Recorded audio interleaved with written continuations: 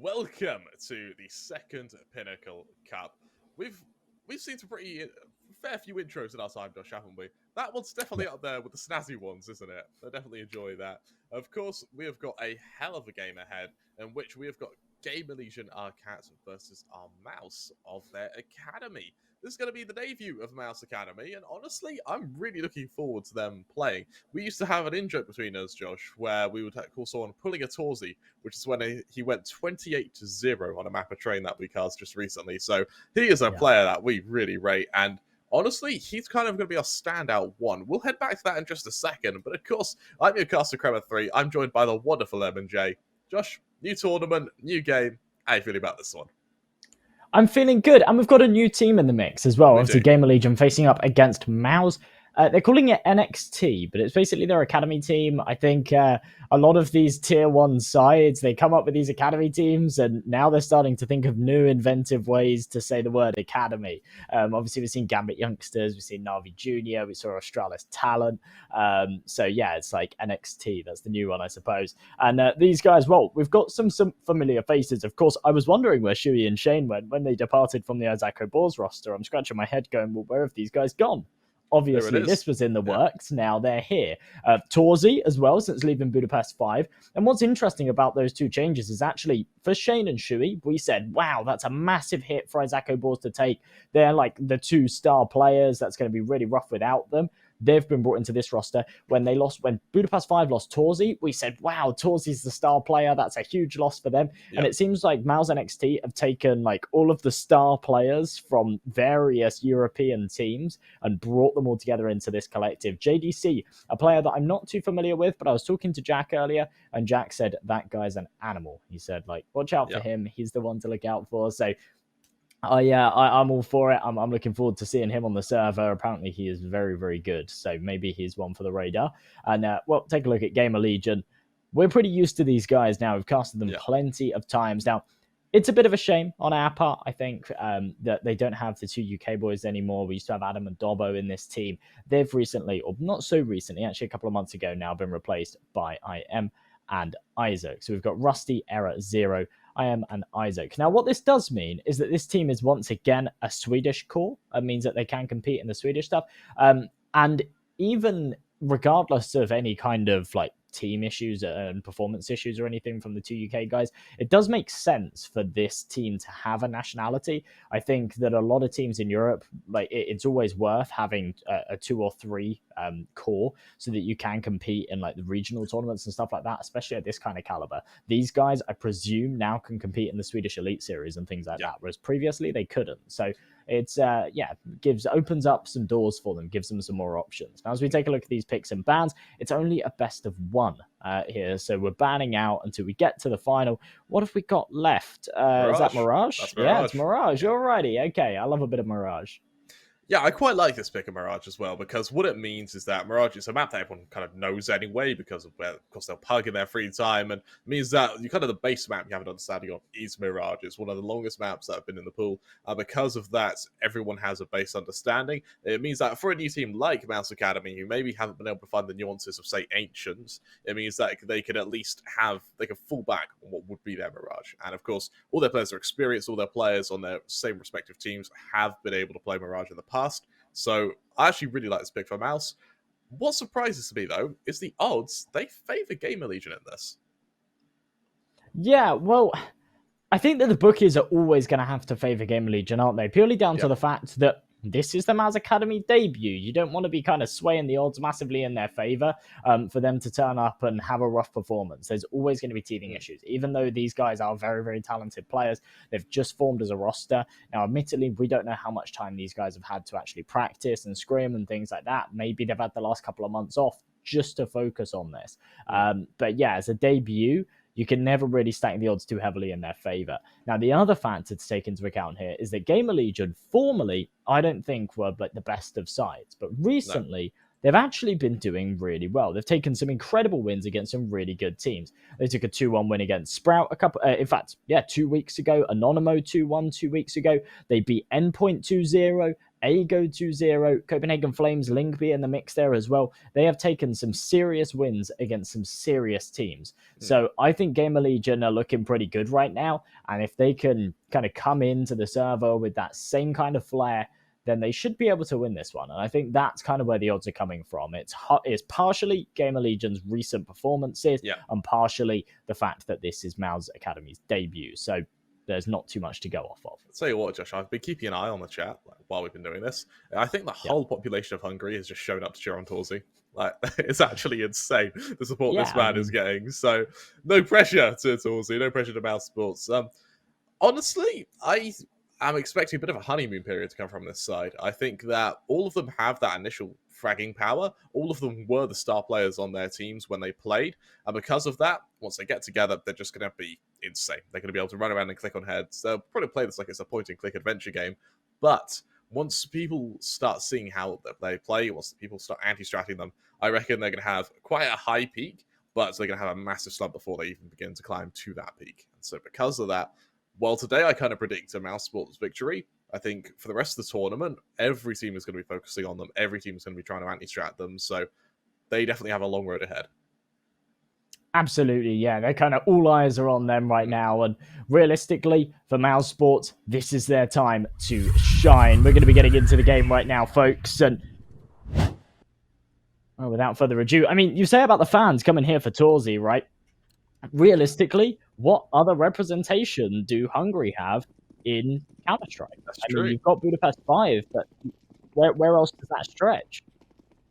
You're absolutely right. And because of that, let's see what can be done by the side of mouz Sports with 5 round underway, just backs and forths. And in this case, it looks like it is going to be even pegging now, the 1v1 between Torsey and Zero. Zero with the high ground, doesn't want to forego it just yet. Instead, he does into the fight, and GamerLegion with the pistol round will get to decide what half this starts on. I think it's safe to say it will be the CT side.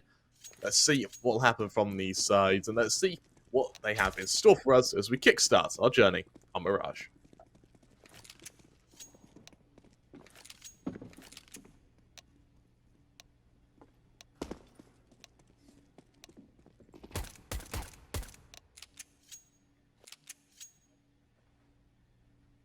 Alrighty, well, going underway. Let's see what this side can do. And as we get ready for our setup, let's see. As for the buy, Zero with a kit and smoke to his name. Over on the remaining members, it's all armor. For mouz Sports, we do see a smoke and 2 flashes, very armor-oriented from either side, actually. So, to get things underway, though, mouz Sports turning their attention to this A site, ready to deploy that util wherever they am, ready to just burst out. And with these flashes, it will be a matter of taking the Angel with Zero. And as he holds the angle, tagged down by body shots, he still survives, though, as he continues to follow up. And as Era tries to get one of these kills on the cross, still unable to do so, pressured down from this position in jungle, and because of that, Era just trying to follow up for these members. No kill yet, though, in ladder room. Rusty deploys that, breaks that vent, tries to find a kill. mouz Sports with a bomb plant, though, gives them a 5-on-5 after plant, and with Shane for the first, Rusty just drops down. With a follow-up, though, from site. Isaac, it's messy, but he gets the kill anyway. Rusty also able to chime in. A slaughter now happening on this site. Shane doubles down as well. Now, Rusty and Con caught out by Zerti and the Israeli player we haven't really mentioned earlier. Now has Era there to follow up on the remaining 2. Quick cleanup by Shane. I mean, Era, he's good for another before he falls. Unfortunately, it's not quite enough as mouz Sports, they find that pistol round and they go 1-0 up. Yeah, it is.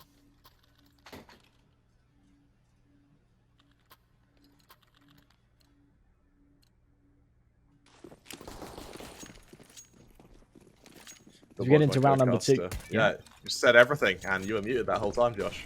Really? I can never tell. Sometimes they take the audio through TeamSpeak. Sometimes they take it through VMX. I don't know, brother. But a nice headshot from Rusty. In fact, that is as clean as they come onto JDC, and he'll fall right back. The issue is he's somehow got to slip through mid, and I think he wants to take another one with him. Rusty just jumping above the smoke, just trying to get a bit of an angle, and with this deagle, he sees some swing on him. Not a single bullet even grazes him there. However, that nade does do a fair bit more damage there. He falls to 40 HP. Imma, with the AK, now over on short. He's going to try to take this engagement. The flash is perfect. Era falls, and as Imma is forced into the room by the molly, he tries to peek around it, and he has just an angle, but that's it. 4-0 now. 5-7 in hand. He heads back into T spawn, ready to push into ramp. Unfortunately, the flash shows that mouz acutely aware of the aggression. Now get ready for a fold up short and into the awaiting arms of this B defense. 0. The aggression to T spawn alerts the GamerLegion that will be hit onto B. There's the short deployment that comes through. Isaac, deagle in hand, tagged down in the process. Still survives though as he shuts down Shuey. Tries to double down, but Zertian puts an end to that. And as it falls to a 3-on-3, these deagles still have a bit of teeth to them. Torsey, that kill makes their lives significantly easier, but Zertian 90 degrees finishes the job onto Rusty. I thought Rusty was able to get that kill there. Instead, it's left all onto 0. 1v3, Zertian actually holding the angle as well, meaning he's going to be view away. Bit of a tough position. Thinks down the first member, but it's all for now as Shane finishes the job and mouz go 2-0 up. It's a nice little recovery after Rusty hit a ridiculous shot at the start. I was worried for them. I certainly was. Rusty's kind of one of those players that once he's got a deagle in hand, you have to be scared. He's one of the only players on this server right now that I think you can just give him a deagle, wind him up, watch him go, and he'd be able to make a huge individual play. Got a quick replay here. There's another one. Crisp shot there from him. Unable to find anything else other than that, though. And now they're down to the eco. Remember, they had that Kevlar behind them in the last. It was a force bite. Now they have to bite the bullet, come in with nothing, go for that full investment in the next, but in turn, allow mouz to rack up some money, take a third, and play for a bit of a bonus here with Zerjan's Mac 10. GamerLegion, it is just a matter of draining a bit of utility. If they can save an AK, that'd be great, but it's a tall order. And do you remember how we said that Shane and Shuey are the two players that are going to be really hard to match in skill level because they're young, they're talented? Shuey's also the IGL. Ah, I didn't think of that the at all. young gun is the IGL, which I thought it's really surprising. Yeah, okay, so maybe that's what he brings to this team as well. And actually, I feel like Shuey and Shane are a bit of a dynamic duo. They come as a package, and when they've come into this team, if they still have that kind of level of coordination with each other, then this could be big. JDC pokes his barrel around. Isaac fires off a couple of shots, and that's JDC's cue to just swing out and dish him a headshot. Imma hoping to do some magic with the deagle. It's not going to happen once again, and they're just being mowed down. mouz not losing a single man. And for 0 and Rusty, there's nothing to save, there's nothing to lose. But they don't really want to die to this Mac 10, so they need to be very careful right now. See if they can grab an exit frag or two.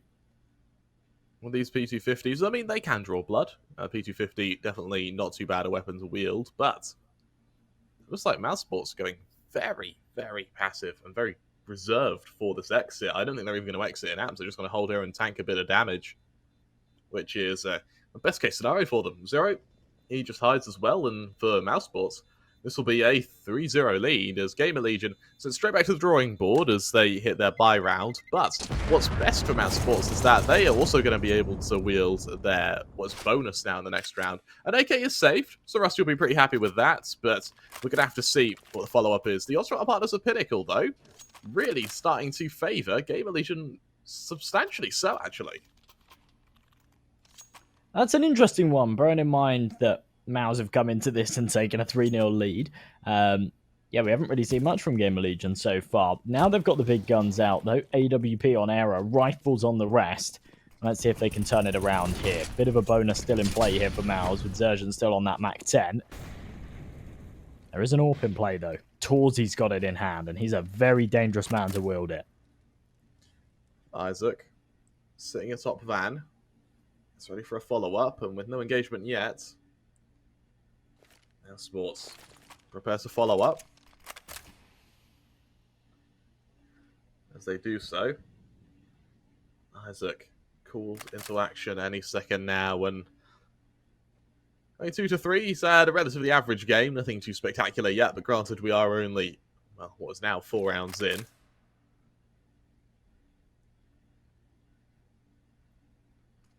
Isaac sits now alone on B. It's a forwarded position of Rusty.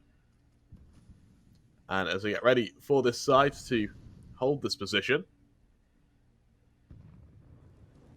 Smokes out. Here's the execution. mouz leading this charge now, and Rusty in the crossfire. The flashes are perfect. Rusty's the only one who can fight, but it doesn't stop him. Good for 2. And as JDC chimes in, 2 quick kills. Shui on the flank chimes in as well. And for Zero and Imma, the lone players on A, their rotation's been killed already. The bomb's already down, and not only do they have to re-clear both outside jungle and kitchen, they've also got to try and, with just a single smoke and molly, to retake a site against 3 members. It's going to be an instant save call, and honestly, Josh, that was a very clean entry. It's another great round from mouz. I mean, this was a full investment from GamerLegion, and what makes this 10 times worse is the fact that they can't even go and retrieve that orb. Torzy's still got his in hand. Errors is in no man's land. And there you go, GamerLegion. Best they can do is go into the next with a couple of M4s. They will have that max loss bonus, so they've kind of got 2 options. Either Zero and Imma can drop a couple of rifles and then they can go for a decent buy, or they go for a half investment around these 2 rifles, couple of pistols and Kevlar come out, and then we see another full investment in the next. I think it'll probably be the latter, but we'll have to wait and see. Yeah. And we actually, as the Trusty banner appears on your screen, let's take a moment to talk about Trusty. Because when speed is the name of the game, don't let your playing experience be disrupted by slow payments. Use Trusty to make your payments flow quickly from account to account. With no cards, no app download, no registration, try making payments with Trusty at pinnacle.com/odds, where you'll find the latest in-play offerings for what is GamerLegion versus mouz NXT. Always remember that sports should be fun, so only really play with what you can afford, and to keep safe, and full terms and conditions apply. You know what else applies? That is JDC applying 2 quick kills to the remaining members of GamerLegion, Zero and Error full. Falls down to the rifles of Imma and Rusty to really give the firepower to this now predominantly Swedish side. But they're still in a tough spot, if we're honest here, Josh. Yeah, they are. I mean, they kind of went for option number 2, which I do agree with. Get the pistols around those 2 rifles, but they still need to get some mileage. Rusty has found himself 1. They need another, realistically, and oh, they've gambled incorrectly. Rotating round to this B site. mouz are going elsewhere, back round to A. It's only Isaac to defend. Desert Eagle in hand. I'm surprised that another rotation hasn't come over. On the basis that Imma's pushed all the way through the apartments, they're taking so long, and finally Isaac falls. The A site now up for grabs if they want it. Every single second that they waste, they now risk Imma coming in from behind. He's on the flank. He's making noise, but they're not aware of it yet. You need to remember as well, with 2 players in Palace, this becomes very tradable for mouz. They've spread this attack perfectly. With Imma on the flank, it's actually expected by JDC. I don't think he expects it to be that close, but as Rusty reveals himself, JDC now peeking into Imma, gets the kill, and for JDC, his 3rd there. Torzy now revealing the fact he has that orb as Rusty falls, and for mouz, a 5-0 lead is a perfect way to start this, well, start their tournament, really. And to tell you what, Josh, JDC and Zertian, they were the 2 players that it feels like mouz took a bit of a gamble on. Because JDC, very well known in the German scene. Zertian, he's relatively well known in general, but this risk has been taken, and honestly, both these players are really delivering at the moment. Yeah, they've stepped up, they're delivering early. Clean round so far here from mouz as well. It's not like they've come too close. Torzy's only died once, and his economy really showing it. Shui, brilliant opening headshot. As Error's taking a lot of damage too. He has to be very careful. Tucked in underpass. Spamming away. Rusty takes a tickle of damage as well. This is where the duel comes in. JDC peeks into Imma. Instead, it's Zertian to get the headshot, but still a 2-man advantage. And JDC knows that the peek's going to be coming through ladder room. Timing doesn't bless him, but he still gets away with his life. And for GamerLegion, this is going to be an easy save call. Without a doubt. At least they hold on to 2 ops here. That double op setup is being clung to, and because of that, mouz, they do have a good reason to hunt, to be honest. And considering they've got a fair bit of bank, Shane and Zedium maybe not so much, but the remainder definitely do. And I would love to see them just dive into jungle, go through window, and try and hunt on this B site. Especially because even if they all fall, Error is only on 6 HP. The remaining members are really without money, so for every kill they get, it's going to be a massive hit to the GamerLegion economy. Absolutely, yeah. But for mouz, maybe they're playing the long game. Maybe right now they're saying, okay, well, they can have their weapons because realistically, we've not been phased by them. They can come at us with whatever they have, and we're still going to win the round. So we don't need to focus on their economy. We need to focus on our economy. And in doing so, they hit 5 figures. Shui, Torzi, above that 10k mark. JDC was as well before he reinvested util. As we see those odds popping up once again, I have a feeling they're going the wrong way round. I reckon those logos are swapped, Kremek, because that doesn't seem right. It looks wrong, doesn't it? I fully expect them to be the wrong way round. And honestly, mouzsports, this is as good a start as they could hope for, isn't it? So the 6-0 lead. GamerLegion, sure, they're drawing blood, but it doesn't really matter in the grand scheme of things. And with that, mouzsports preparing for an engagement. As they do so, Isaac, the man to worry about holding this angle, hasn't quite seen him yet, though. Instead, Shui delivers with an opening onto Imma. Isaac boosted up, caught out by Torzi, who's expecting it. Rusty flashed off the angle as well. A masterful flash there by, I believe that was Zertrude in the back line, leaving Zero and Era once again having to save, as mouz are now going to go 7-0 up. It's still early days, and I don't want to call it just yet, but what a ridiculous debut so far here for mouz NXT. They've clearly been underestimated, but this squad that they've built seems to be rock solid, and every single round so far has come in with pure coordination. These guys have been playing very, very well. Look at this, Surgeon. He's already on the hunt. You can hear him jumping around in ramp. He doesn't want to get too aggressive just in case they're holding for him, but he's ready to try and take a fight here. On the other side of the map, he should be able to find at least one. Ooh. No! Oh, that's unfortunate. Big flick from Era, big whiff from Zerjan.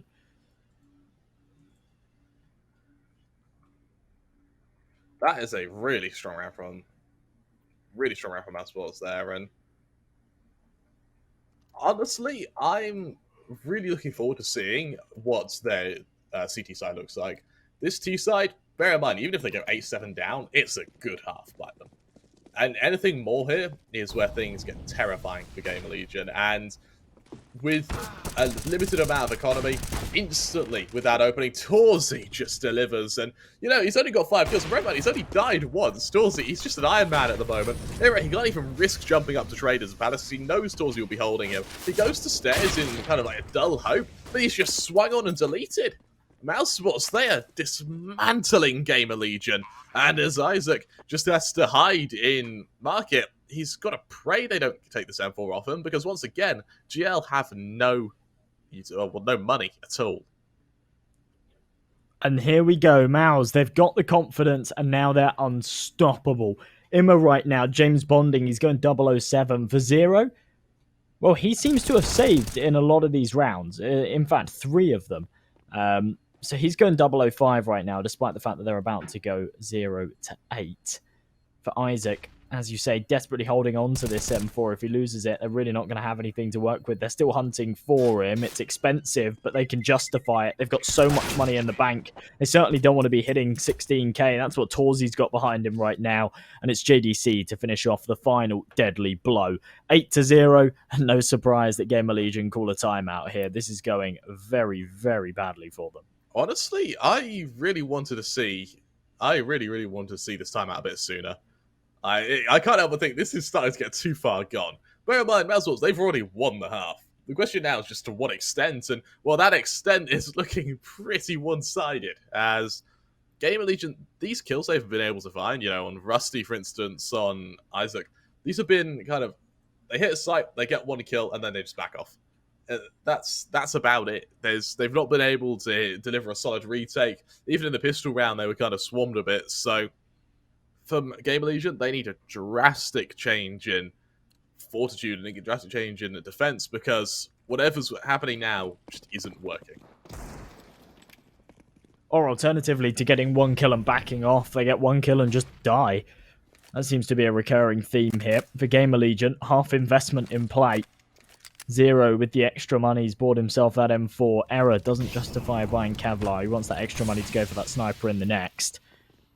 That means this should be a comfortable round win here for mouz, as long as they play their cards right. And a 0 swings out. The only man with a rifle finds one, but instantly traded. Rifle now unretrievable. And aTTaX with another just cements that man advantage. Get ready for a follow-up. Isaac in apps. Go for a forwarded angle, and this is something he hasn't really played before, so I quite like this change of tempo. But he seems to have got cold feet a bit, and has instead gone to hide on a balcony. JDC, luckily JDC cleared it anyway, so Isaac maybe backing off was the right call there. As he just awaits on balcony. There's no short flank just yet from mouz, so they are really relying on this straight hit out of the apps. So Isaac, he's in prime position. He's got the rotation of Era to try and distract his opponents as well. With no armor on Era, though. He is a bit of a glass cannon for the time being. But Isaac uncleared, able to shut down JDC. But aTTaX instantly there with the adjustment to get the trade. Leaves Imma in a 1 versus 3. Coming down at connector, Mr. Prey. He can maybe catch out Zertian. It could give him an AK or something to wield. But the timing does not favour him. He falls. And for mouz NXT, that'll be a 9-0 lead. Wow, that's one way to start things off, isn't it? And, well, there's those odds again. I'm not sure if the ones that are up on your screen are right, but if you do want to check them out, then pinnacle.com/odds is the place to go. And, well, if you fancy placing a bet, then why not sign up while you're there? Of course, 9-0. And as we go into round number 10, a double up setup in play once again. Error with one, Isaac with the other. Let's see what they can do with it. This is not going well for them at all. Realistically, they need the next 6 in a row to call this one a decent half. Without it, they're going to be picking at straws. I feel like they're already at that stage, to be honest with you, Josh. And a failed molly does mean that their attack is slowed, but Shui just deletes 0 with that entry. Shane now having his attempts by Con, Imma falls, and GamerLegion, they look shaken. They're not covering one another. They're out of position. And as we see a bit of aggression into Con, this AWP of Era, he can't even follow up onto Shane despite laying him down instantly. Rusty now one of the only defenders left, and while JDC is a clean kill, Shui reveals himself in the process. aTTaX misses, allowing Shui to swing in and follow up on that readjustment. Isaac's taken out of midair by Shane, and that Polish duo of Shane and Shui just duo-handedly destroying GamerLegion once again. Josh, this has gone from a battle to a slaughter. It really has, yeah. 10-0. You kind of always say to yourself when mouz get up to sort of 6-7 rounds, you say, okay, yeah, this has been a really good start, but now GamerLegion start to pull it back and we end up having a close half, and that's just not been the case at all. GamerLegion, they haven't brought us anything, especially not in these last 5 or 6. Back down to the pistols again, stack over towards the A site. They have guessed correctly, so these pistols could do some damage. But are they going to win the round? I'm not too sure. Zero and Isaac open things up with a couple of nice kills, but instant trades. It all falls down to Error. Realistically, they're not going to be expecting him under Balk because his teammates swung out and fallen.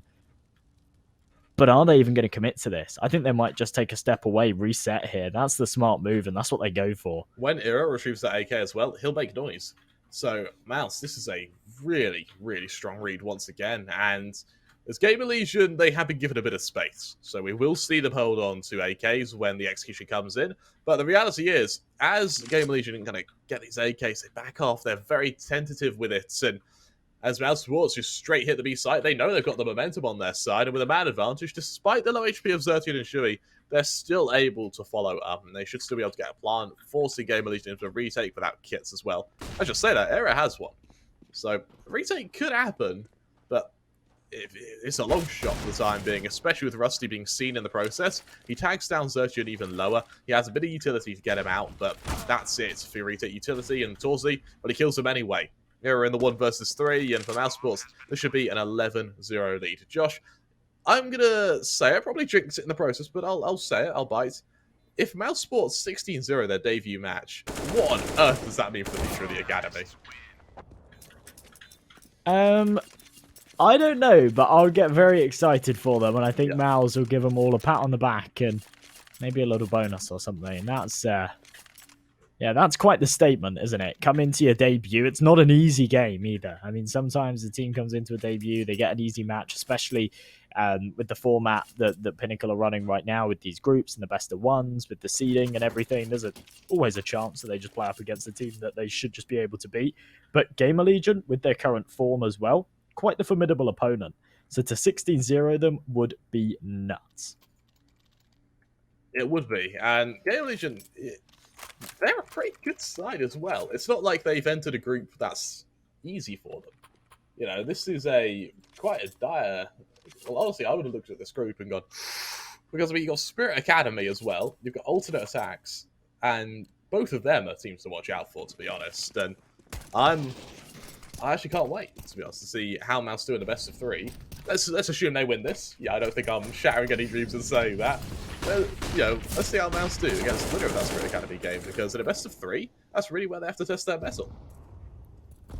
And it's also where potentially their lack of map pool is going to become an issue as well.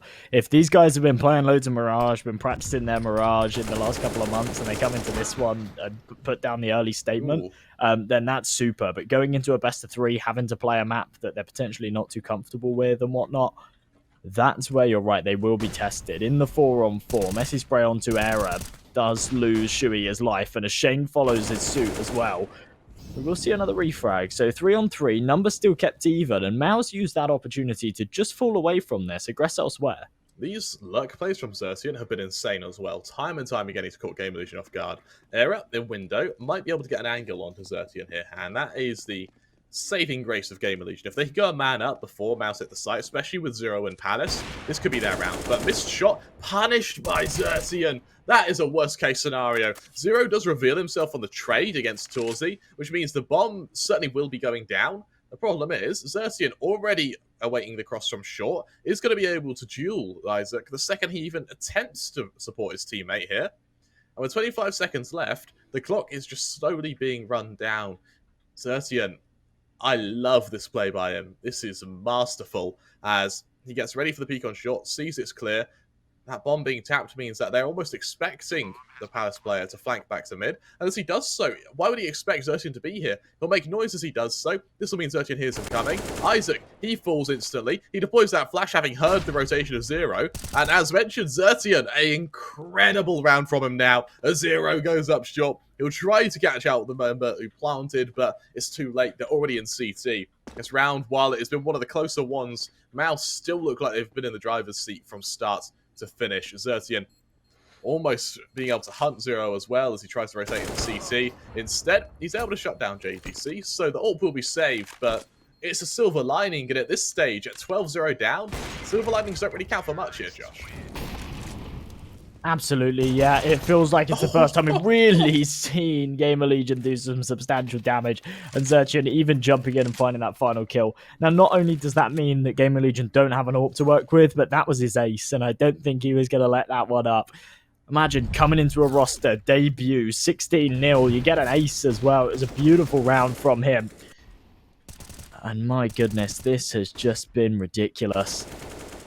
What a mad way to show off your roster. Yeah, tell you what, if mouz want to find like a way to advertise academy teams, you don't need any dramatic fragments. You just play the VOD. Like, just play this VOD. This is this is insane. And as this util goes out, Era shuts down Xerxes. Shui follows up, and as Shui just doubles down, GamerLegion, they are just being toyed with at the moment. I'm lost for words now, Josh. This is... What to get... Steps after this for GamerLegion. Ooh, what do they do? Because these groups are a bracket. So if they go out in this, then they're gone. Like, GamerLegion will be out of the tournament. Yeah, what a departure. I don't even know what to say. I tell you what, they're making our lives easy. Yeah, they're making our lives easy, aren't they? Yeah, but it has to go also half an hour. This is great. That's nice on schedule. Yeah, I know. Thanks, guys. These are my new favorite team. These guys are my new favorite team. Yeah, KMS is going to be one very happy man. Just looking at a schedule season. Only are we looking on schedule. We're actually ahead of schedule. He's going to be over the moon with this. Madness. I know, that never happens. We're very lucky. We're a very lucky side. Xertian taking this duel with Isaac.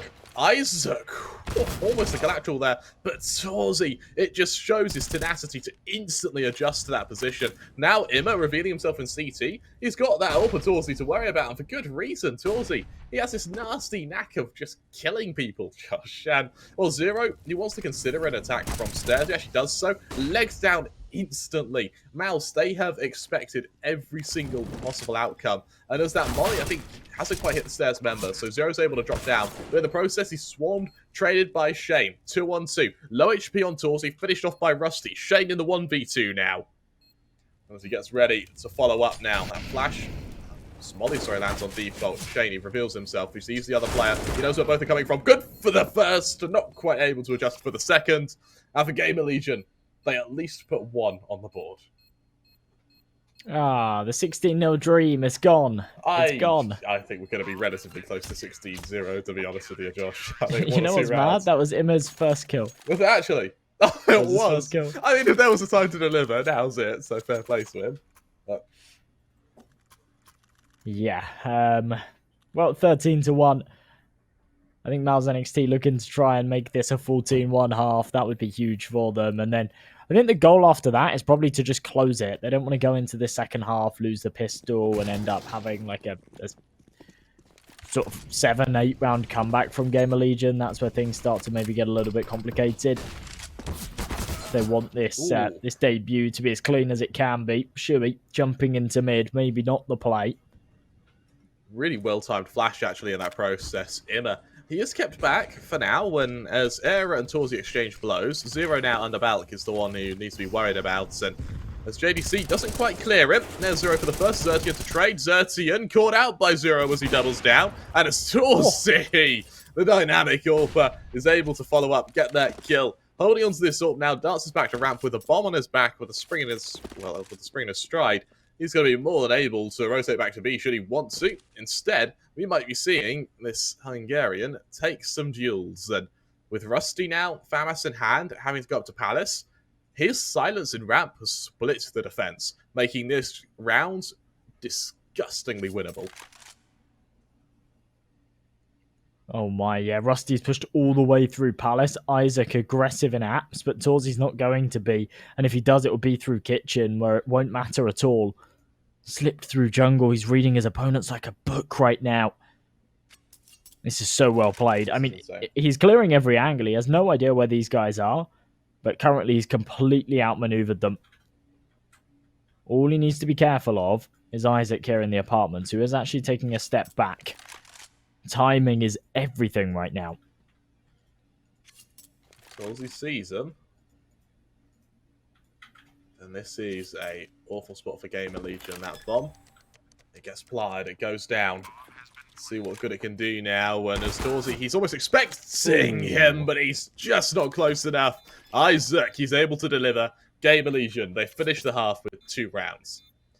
We always say, Josh, when teams are together, that you need 4 rounds, for a half to be winnable. GamerLegion, they haven't hit that. There you have to have a T-side of unprecedented magnitude to even consider a comeback. Yeah, I mean, we've seen our fair share of crazy comebacks in CS, let's be honest. I mean, but this is a tall order. This is, yeah. 13-2. If mouz take this pistol, then it's game over. If they don't, then maybe there's a chance. Maybe there's a slight lifeline here for GamerLegion to work with to try and claw their way back up. The issue is now they're on their T side, and I feel like they haven't really been playing with a lot of confidence at all. Now they're on that attack. That's where that might be an issue for mouz. 2 players over towards A early. GamerLegion looking like that's where they're going to execute.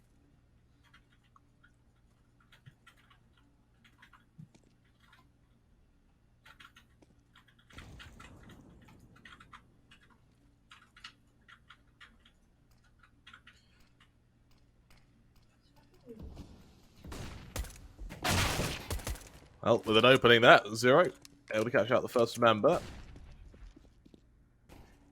Is that opening that GamerLegion? Very happy with that bomb. Goes down. Shui trying to find this angle now, and as he swings out, you need to remember he's going to be against so many members. The timing, though, is heartbreaking. Emma shuts him down. Sertian and CT is too caught out. JDC on stairs, though, continuing to wreak havoc, but he's left in the 1v3. Flicks up. Very nice first kill now. And suddenly he looks hungry. He's found the second. Oh. Isaac was able to get the kill. It's bloody close. And will GamerLegion make it 3? Now 3 on the bounce. It's not bad. I mean, it's not an awful position to be in, but I don't know, man. It's still too close for comfort at this stage. And while JDC hits some wonderful shots there, look at this flick up to the CT member. Just deletes him. Ilma falls, and with that, let's see what mouz can do as they move into this next round.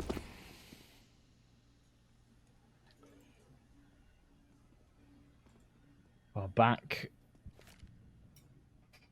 onto the guns here for GamerLegion, quite early. 2 MAC-10s in play, 3 Galils. For mouz, only Deagles. Torzy with that scout. They have got to stack over towards this A bomb site, though, and if GamerLegion do funnel into it, then maybe there's a chance that these Deagles prevail. We'll have to wait and see, though. GamerLegion went for a similar setup not too long ago, and it didn't work out too well for them. Imma, look how much control he's taken already. With this control, can they hit this ace site? It's a stack from mouz, and as Imma deploys that molly, he reveals himself, and means that Shui's going to be put under a bit of pressure, but he takes him out before he falls. Now 0, only good for 1, but low HP. Xertian might be able to deliver now. He sees the first member, good for the first. Unfortunately, that spam goes from placed accuracy to desperation very quickly, leaving JDC in the 1 versus 3. He makes noise, and Rusty, he finishes the job. GamerLegion, they now make it 4 as they start mounting a bit of a comeback here. I don't want to say we'll hit that yet, though. Yeah, I don't want to use the word comeback. Yeah. Not yet, Kremer, not yet. But there's a lifeline. There's a thin thread that they're holding on to right now. And bearing in mind this is an elimination match, they need to. Yeah, there's no point in just sort of saying, oh yeah, it's okay. We've got map 2 to come or something, so we can like afford to lose this game and we can kind of take a sit back and relax. They have to sit up. They have to put their foot down. Try and fight for this one. GamerLegion, they're a side that could go far if they can overcome this first hurdle. It looks like it's going to be a clean 18th. It is just Nico, so we're going to see a quick shutdown, and as they do so, we're going to be at 13-5. Now, GamerLegion showing a bit of tenacity now. My worry, though, is this something they can repeat? Is this something that we'll see consistently? Because if we're being honest here, Josh, there's 13 rounds is usually more than enough, right? I can't imagine there's any response from GamerLegion here. Yeah, I mean, you could be right. It's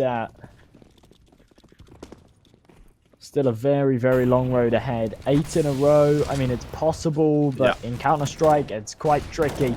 Nade comes in, a little bit of damage dealt primarily onto Rusty. That's actually quite a lot.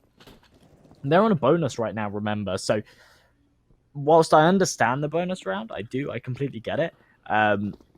Them losing it means, okay, they've got money in the next, but mouz will be on to 14. They really don't have enough rounds to play with to be taking any risks. So they could really do with taking this one. Coming underpass. Shui's there, ready for them. In con, left-hand side. Support from the man in window too. But Torzy smoked off. GamerLegion might be able to isolate these fights. Xertian. So around this angle. Can't quite take the engagement yet, though, as Shui sits in con. He's ready for the follow-up. Imma jumps up. Quick kill there from Shui.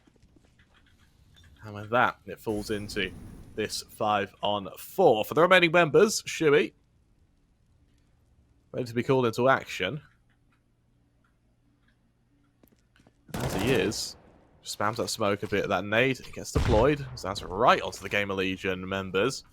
A flash into con should keep them back for the time being, as GamerLegion, I'm going to run down this clock a little bit. 20 seconds left now as they hit the safe site, but they're running into a 3-man stack. Isaac, nice trade as Xertian falls, but it's maybe too little too late. We see Era jump up into window. Shui expecting it, shuts him down. Rusty tries to cover the distance, and while he gets the kill, his team is collapsing. 0 left in a 1v3, finished off by Shane, and as mouz Sports hit 14, GamerLegion back to the drawing board. However, it was a bonus. It means that they are going to be able to invest, and means that they have at least something to work with. Yeah, as I said, there's money behind them, so we'll see these AKs come out. Decent investment in hand, but they have to win now. If they lose this one, then that's it. Their opponents get onto match point. They don't have any money left behind them, and it's kind of game over for mouz and XT. This statement debut, this opportunity to come in and have a crazy one-sided match, it's still possible, but if they lose any more rounds, then it kind of just becomes standard. You know what I mean? A 16-9, a 16-10 game. It's nothing too incredible. It's just a good match. Nice opener from Shane. Now Shui needs to follow up, and there we go. Beautiful headshot. Zero and Isaac exchange blows, putting it into a 3-on-3. Torzy aggressing to under. He actually expects this flank from Rusty. Rusty, realizing that he may be all too predictable, actually heads back to aTTaX. Now with a flank onto B, GamerLegion, they slam this attack into reverse, head back into T spawn, and prepare this engagement onto the B site. As they do so, there isn't a defender from mouz Sports, so they may have been maneuvered a little bit here. As Xertian, he does go up to short, so he might be able to catch the planter. Oh, the bombs it rotates in, but looks like he is acutely aware that he may have lost his position. He would have heard the players across, and as he falls to the player on bench, JDC sees the members, and aTTaX 0, it's a clean kill for him, leaving Torzy in the 1v3, and well, if there ever was a man to win a 1v3, Torzy would have been my prediction, but he doesn't even go for it. He backs off, he clings to that AWP, and it's GamerLegion, make it 6. Well, it's not a bad recovery there from GamerLegion. They take another, and it's all about holding on, yeah, as I said. You don't want to kind of get too hyped about it. You don't want to bash them too much either, because they accumulate. You keep winning these rounds, you start to build up some confidence, you start to build up a bit of momentum. Maybe there's still a chance for them. I've taken a look at this format, though, and I can't remember if this is the format that Pinnacle 1 followed. I'm going to take a quick look now, because it's an interesting format that we've got going here. It is actually, yeah. So it's the same format that we saw in Pinnacle 1, where we see these play-in teams, where it's the best of ones, then the best of 3, and then those teams play into the Swiss stage, where they're joined with other invite sides. That we've got some really, really formidable teams in this one. So it's going to be exciting when we get to that point. Yeah, it absolutely is, and I'm really looking forward to it. I'm really looking forward to doing it. I'm really looking forward to seeing them, as if this is what we get, if this is our taste of our starts to Pinnacle, then I can only imagine what the rest of it's like. Yes, for the time being, Xertian boosted up, tries to get a bit of an angle onto the mid members, and well, he's been able to do so just yet. GamerLegion, that Molly being lobbed into window.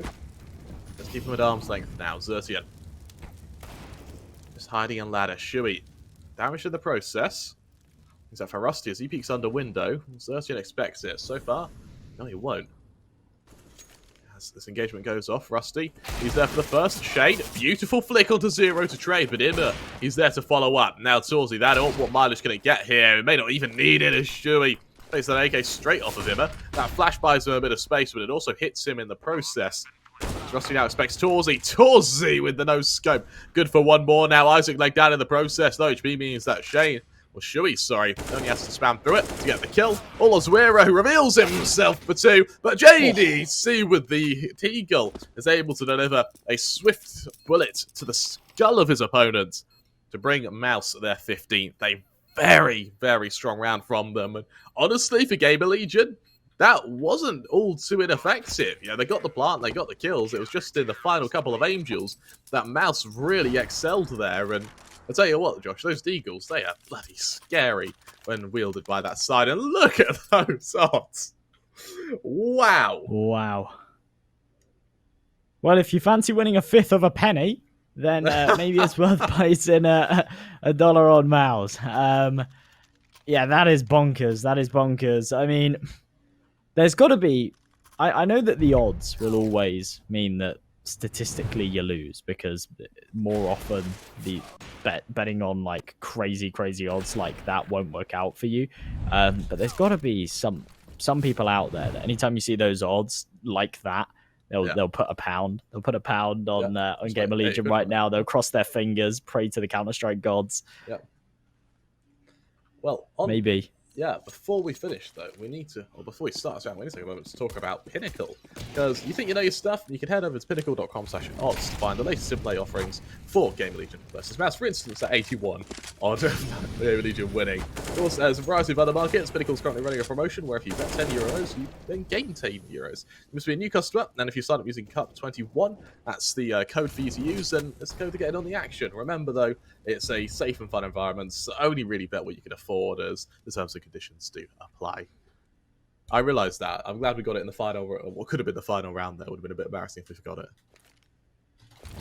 Yeah, maybe. Have we done that yet? I don't think we have. I think we're pretty good with those. Yeah, we are pretty good with those.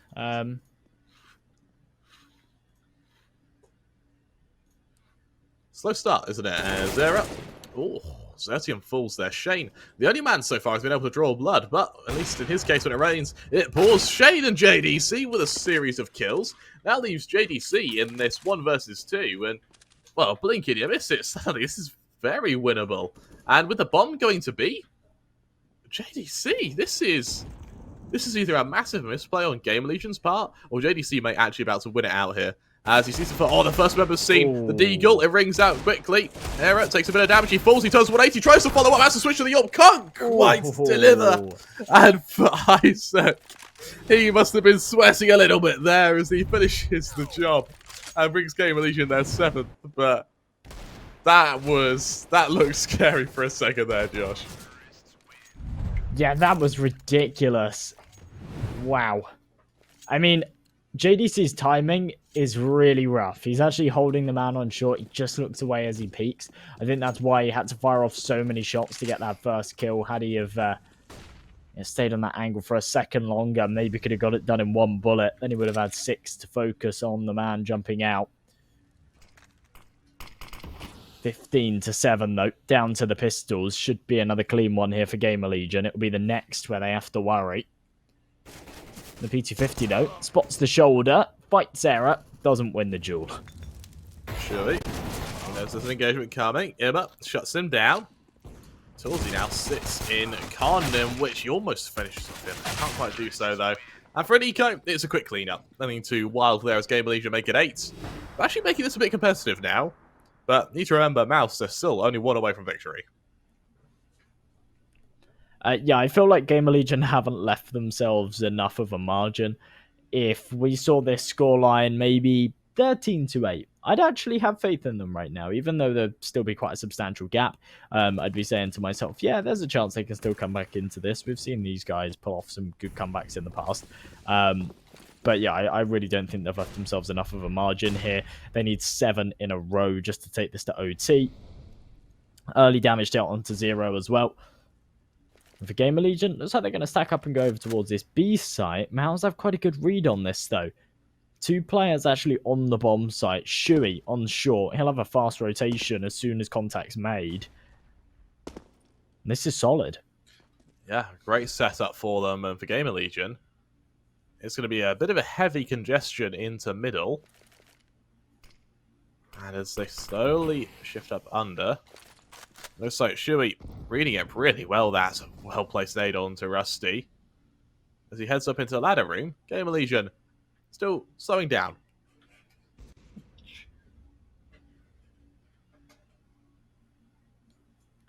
For the remaining members of the mouz, though, not really sure where they go from here, Josh. It's just a matter of reacting to GamerLegion, but all GamerLegion have revealed is that they've got to go for mid, but they did that 30 seconds ago when, while they're being methodical with it, I think we should see a rotation to away fairly quickly, and for Shui, he drops down onto these bricks. It may mean that one of the members of the GamerLegion are in a bit of trouble, but well placed to Molly. means that Torzy is the man called to action. He holds this position. The flash goes off. He's forced back to hide. Flicks to stairs. Ooh. Not quite getting the kill, though. And now Shane and Palace. He's going to be the make or break member.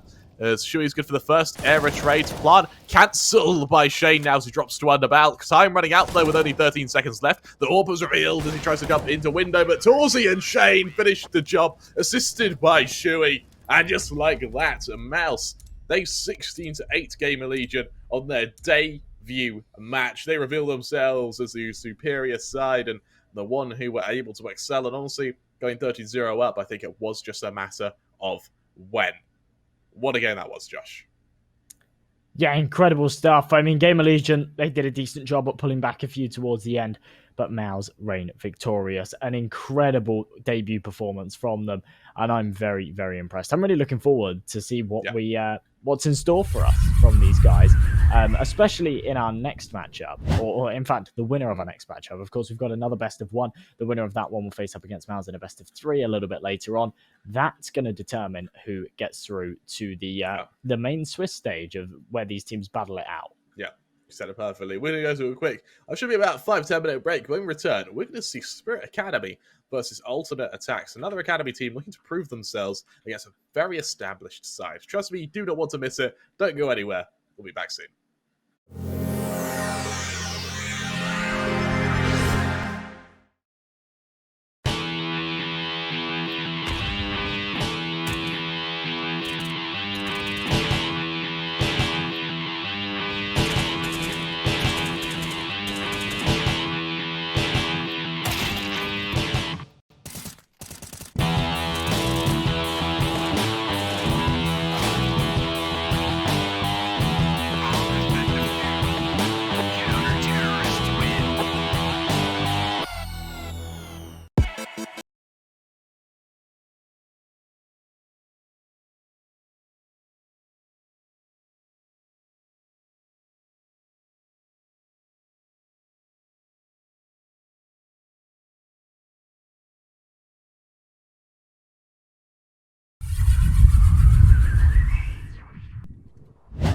Hello, hello, hello. Welcome back to the Pinnacle Cup. We've got a hell of a match ahead in which the united and conformative aTTaX, this efficient, this relying on execution, experienced side, is going to look to try and topple Spirit Academy, a young team of ragtag renegades who enjoy pressing W and clicking on heads. Their favourite activities include getting kills and winning obnoxious clutches.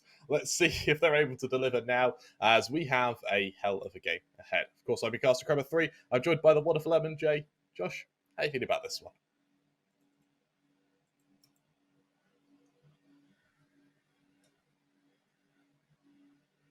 I'm quite excited about this one, to be honest. Obviously, aTTaX, these guys have been together for quite some time, as you say. Formerly the big Academy roster. They haven't really had too many changes since. Spirit Academy, newer. Yeah, they're not new. This roster has been together for a couple of months now, but Patsy, ZNX, Zontix, Siren, and Flamus. Now, Flamus is actually standing in. I really can't remember who he's standing in for. Target. That's the one. That's the one. I knew it. I knew it was another guy with a 4 as an A. That was the one. But yeah, Flamer's standing in today, but he's a pretty strong player in himself, so I think that shouldn't be too much of an issue. We'll have to wait and see. I'm excited to get underway with this. The few times that I have seen Spirit Academy, they've actually been really strong. And then as we take a look at the aTTaX roster, of course, all of those young guns, and then they're led by their leader, Crystal. Now, Crystal's got tons of experience.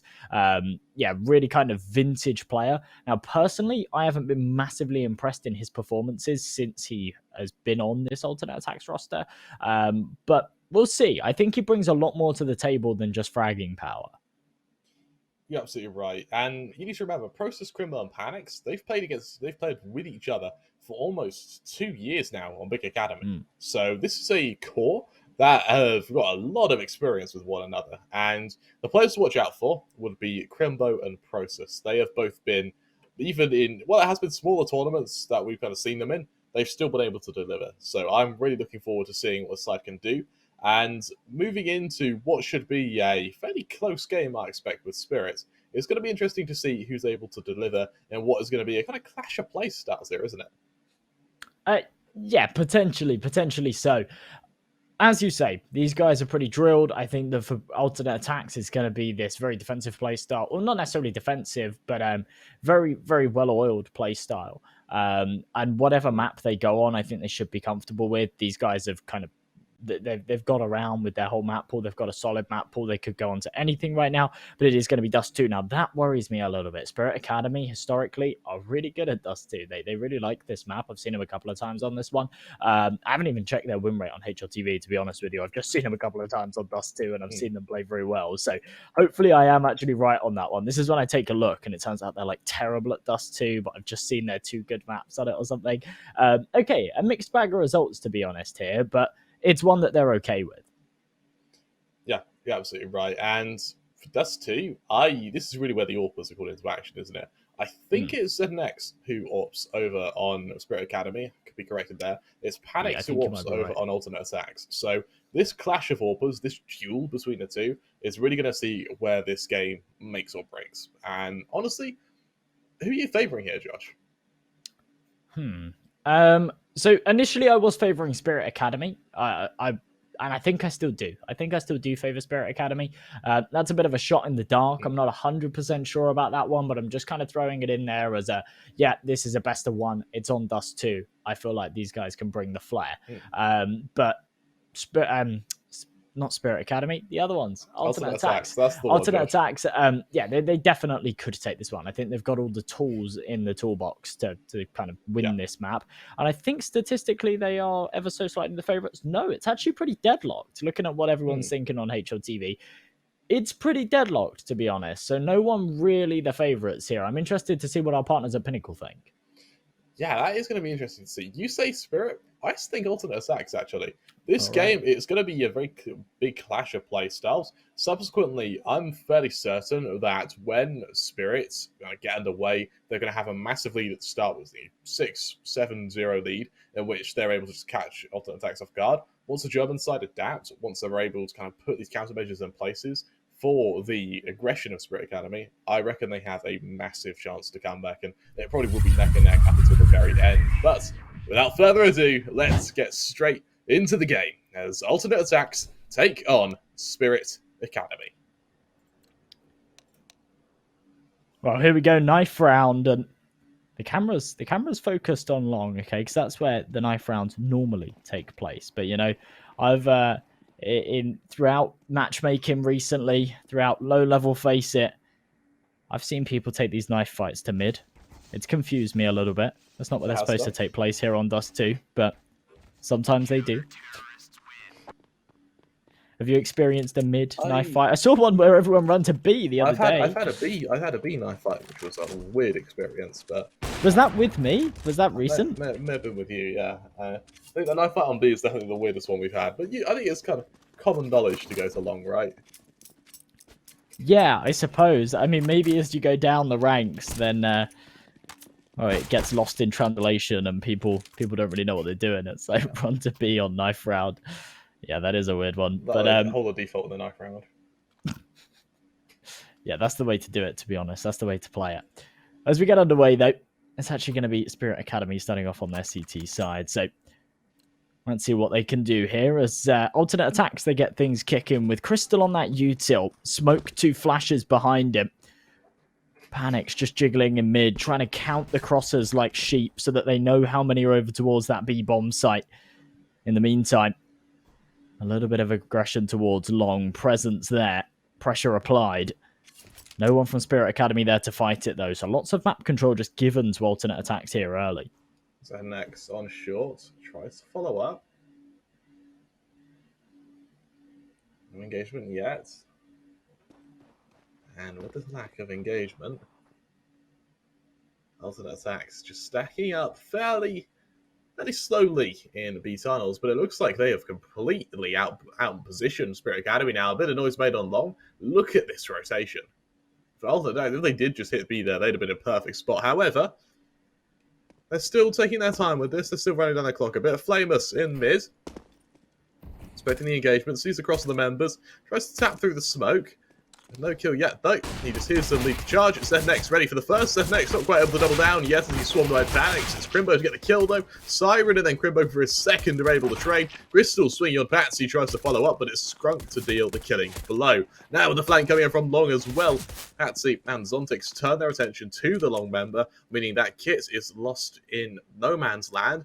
Crimbo, being on the head angle, sees them coming, knows they're coming, but can't fight them yet. Instead, he exchanges blows with Patsy as Crystal finishes the job. It falls down to Zontix in a 1v3, and he's just overwhelmed by body shots. A knife kill is being thrown into consideration here, but Scrunk, he finishes the job to make sure that Spirit Academy don't even get a chance to consider winning this round. With such a lot of time left on that bomb, I think going for that knife kill was maybe a little bit ambitious and quite dangerous, actually. But it's a very good pistol round from aTTaX. They play that very well indeed. Taking that early long control really did help them on that A attack as well. And, well, they get off to a good start. 1-0, 3 Galils in play, 2 Mac-10s behind them.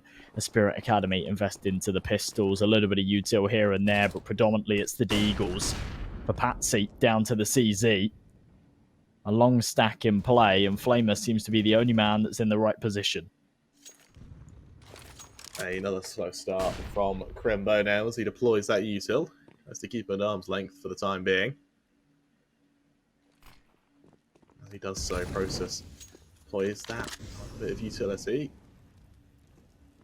Tries to keep at arm's length, tries to keep them worrying. As alternate attacks out, stack up on short.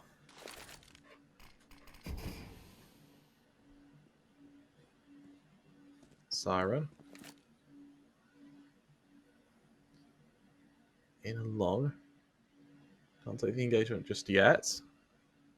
And as Crystal now gets ready to lead this charge, he's got Scrunk to assist him for the instant trade. And looks like with aTTaX now in pits, the crossfire, it's in position in the nick of time as the 4-man push from alternate attacks. What damage can it do? Crystal, he's got out by the first Scrunk to trade, and then whoa, from aTTaX. 2 quick kills, make it 3, and that's bye-bye for alternate attacks on that bye round. The flank from Patsy finishes the job, and with that, Spirit Academy find their equalizer. ZNX is just nuts. I mean, what the hell is that? 3 beautiful kills with the Deagle. I think we'll get to see a replay of it right here. Bam, bam, and then a little bit messy on the third, but it does come through. Alternate attacks, they're going to be kicking themselves right now. That is not a round that they should be losing, but what can you do about that? That is, as you mentioned, that is just a insane opening. And for the remaining members, alternate attacks, this is a bit of a kiss of the teeth. I think they'd be expecting to be playing bonus right now. Instead, they're against 5 rifles of Spirit Academy.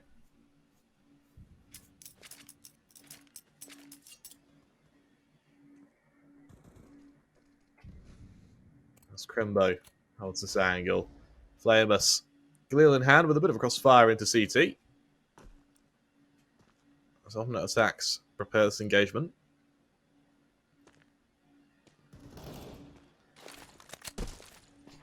There's util being deployed, tries to keep him at arm's length, but with no kill yet. This next to draw blood. Panics, he falls. Process, he's holding the angle. He's almost daring Znex to reface, but Zontix does so with the assistance of a flash. He knows they're coming. He sees where they're coming from. Process and Patsy exchange blows. Both members falling to about 30 HP.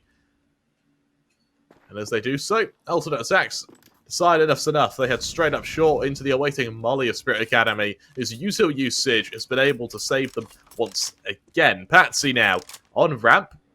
He'll be able to assist the AUG of Znex once the engagement happens, and as this util flies, Process. His scout delivered to Scrunk, who sees the first member. The flash is perfect. Znex good for 2 of his own. His third of the round now. On for 4, he's able to deliver. And Znex proving to be one of the main hitters for Spirit Academy. Well, as we take a look at these odds, they're still pretty deadlocked, to be honest. Not a lot separating them, and well, bearing in mind it's still early days in the game. If you do want to place a bet on this one, maybe now's the time to do so. That link just there, Pinnacle. That's your place to go, pinnacle.com/odds, if you want to check out the odds for this game and get in on the action. Really solid hold there from Pinnacle, from Spirit Academy. And now that forces alternate attacks right down to an eco. Just the clock's in play here.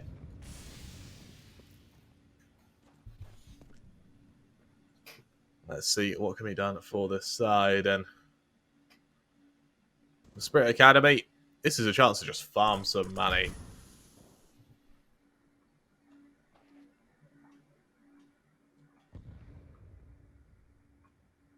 Patsy, ready on long door. Let's got this.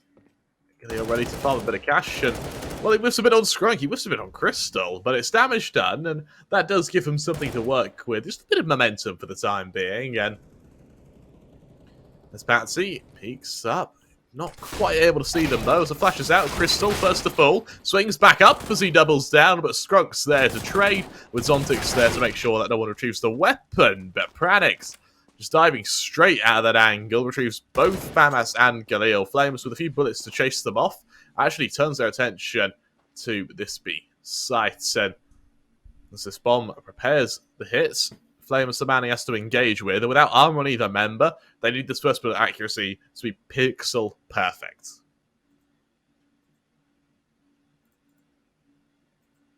This hold, pretty solid for now. With 20 seconds left. What is the alternate attacks game plan here? They need to speed this up. Crimbo takes the first point of contact, hoping to find some kind of opening, and he just can't. Flamus holding solid as a rock there towards the B site. It's his first kill, but it's not because of lack of performance. It's down to lack of opportunity. Really strong position from them, and for this side, what can we do for alternate attacks? They hit their full bias. This is really where we see them test themselves, but will it be enough? As right now, Spirit Academy, especially ZNX, looking pretty damn strong, and now he's got that AWP out. It looks even tougher for them. ZNX on the angle, deploys that smoke. It's ready to follow up, and as the nade lands right on them there, Process, he's able to chime in. Holding the gap in the smoke, sees him cross, and he's got a perfect angle to work with here. The boost up from Crimbo, though, shuts him down, delivering alternate attacks. Their first entry, and for the first time in a while, they actually delivered this entry. Usually they have been on the back foot parts of pistol round, but in this case, that's something to work with now when the Spirit Academy rotate through lower tunnels. They're acutely aware that alternate attacks have set their gaze towards the safe site. The question is, can they prevent them? Well, the man advantage here for alternate attacks. First time they've had it in a little while without it being traded out. Smoke goes down for safe passage on the cross. There's 50 seconds left to tick, and for Spirit Academy, they're stacked up on this site. Look how ready they are for this execution. 3 players on the angle, 1 just holding for short, making sure there's no late flank coming into play. As the smokes are down, the crossfires established. Process with 1. Flamer trades it back, but he takes the fatal blow right to his face. And it looks like alternate attacks might be able to pull this off. As Patsy left in the 1 versus 2 now.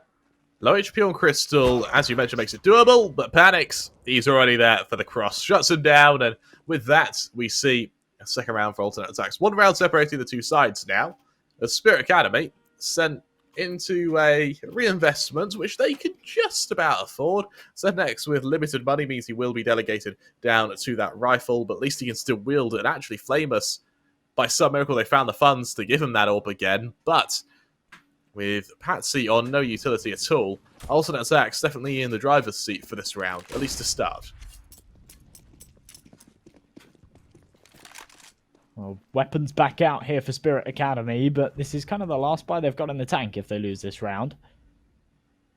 They'll be down to a full eco in the next. That's not where they want to be. That'll allow alternate attacks to take the lead for certain.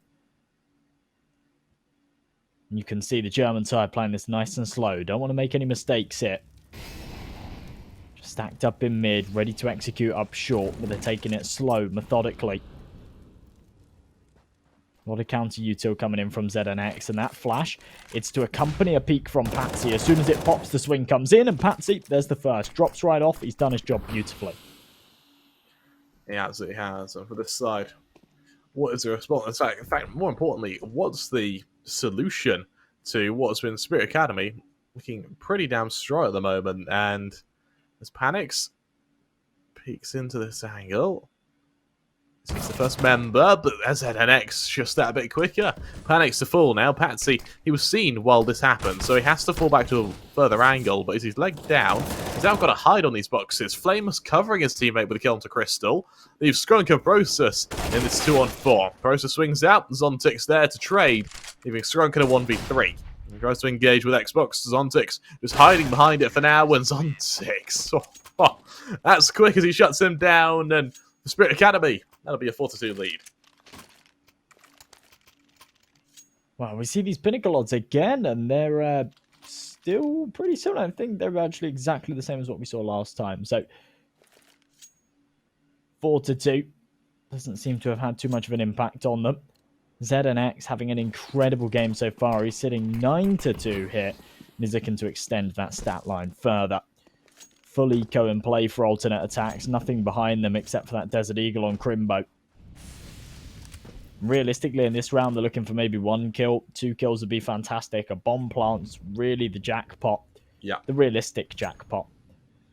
If they could win it, it'd be insane. But there's not a lot of chance of that happening. They group up towards short, and it looks like we'll see another hit towards this A site.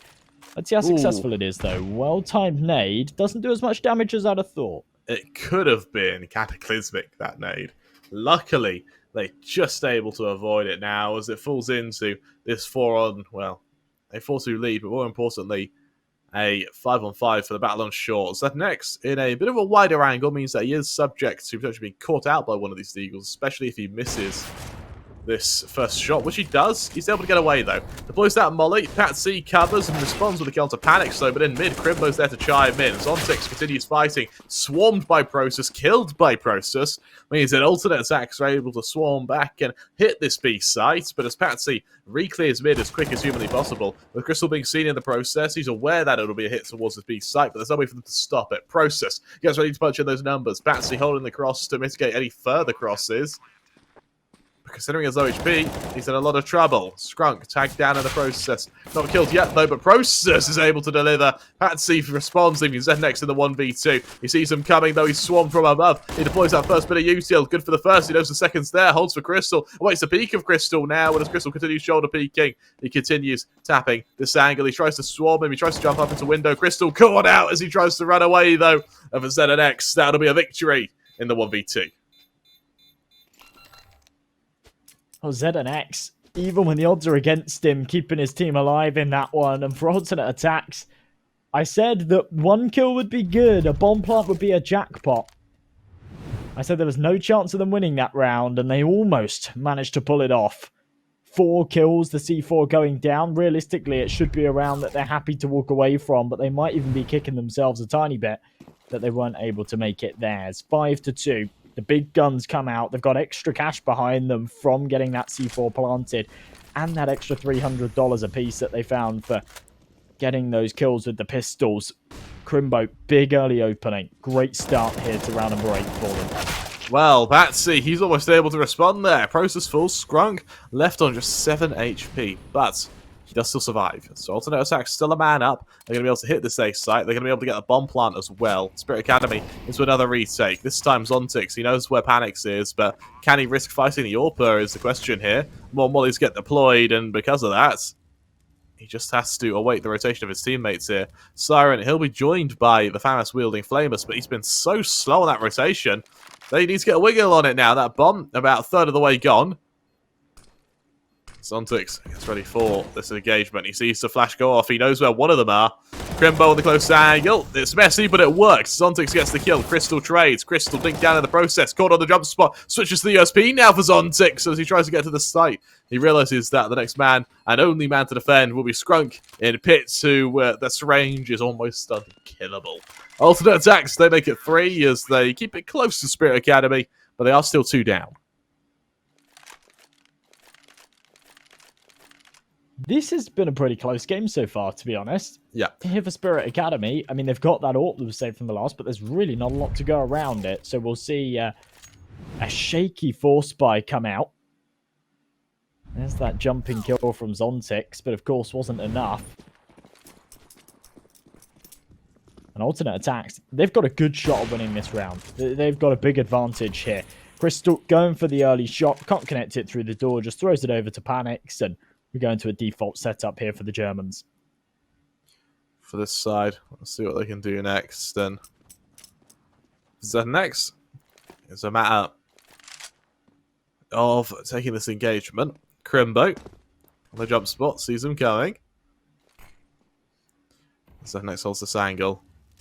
He keeps him at arm's length. Crimbo jumps up to short. Let's see what they can do. Bit of damage done to either member.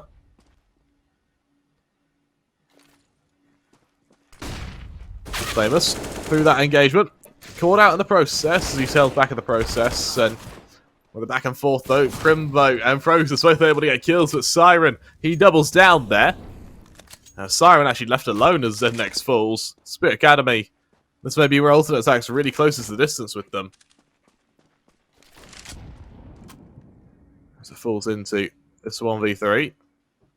Siren pressed to try and save this weapon. Bear in mind that Spirit Academy, they have literally no utility to them at all, no money to them at all, and this AK is pivotal to any form of success in the next round, and, well, luckily, they can cling to it. Spirit Academy, as that bomb goes off, they'll see aTTaX try and cover the distance between them as it goes 5-4. My team speak's been pretty well behaved today, Crummer. Up until now. But, yeah, just booted me. I don't know what's going on with it. Since moving house, it just doesn't like me. It would just every now and again, I just won't be able to hear you anymore, and then it would disconnect me and reconnect me again. I'll have to look into how to fix it. As we take a look at these Pinnacle odds once again, though, they don't seem to have shifted, Kramer. Now, to be honest, I'd expect them to have shifted, so I assume it's bugged. However, they might not have shifted that much, because we have just seen rounds go back and forth regardless. If you do want to check out the live odds and place a bet on this game, then pinnacle.com/odds is the place to go. Spirit Academy, they're going to call a quick timeout here. And I'm not surprised. They don't have a lot of money behind them, so they need to discuss, firstly, what they're going to do economically, and secondly, what they can do to stop losing rounds here, because they're starting to let some slip away. And in the best of one like this, you don't have a huge margin for error. You're only really given one chance. You lose this map, and that's it. You're out of the tournament. And whilst a 5-4 scoreline might seem like early days, a round here and there can be a big problem. Yeah, absolutely right. And as we get ready for the follow-up, Skrunk gets into tunnels, but it doesn't matter. Elsewhere, aTTaX, having killed Siren. For the aggression on short, it's just stopped by Spirit Academy. There's the AK. It's gone, and now with just pistols, they continue aggression in mid, but aTTaX is expecting it. Make that fall for him, on for the ace. Misses the final bullet, though, and, well, Crystal's able to stop aTTaX from hitting an insane clip there. At least he makes sure that the orb's retrieved.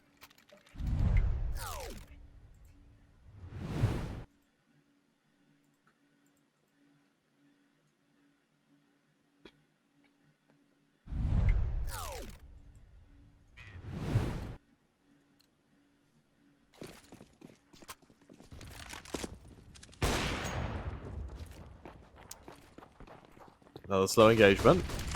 Process going out into long. He tries to finish off what he can. Only good for one before aTTaX doubles down, though. As it falls into a 4-on-3 once again, this time against alternate attacks. So for the first time in a while, they're a man down, and let's see what they can do, having been sent, considering what to do next. Patsy, ooh, he's not expecting that one. Not that fast. Throws the smoke, expecting them to be a little bit further back, and aTTaX finds that entry. Now, realistically, they could have stuck around there. They could have tried to wrap around to B. Instead, they regroup. They want to get up A short. It's a 3 versus 3.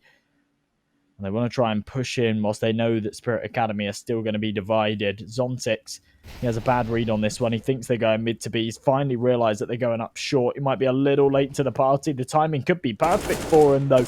Skrunk turns around, spots him out. That's alerted his two teammates that are up catwalk. And ZNX just needs to play his life here. 50 seconds, pokes up, finds both.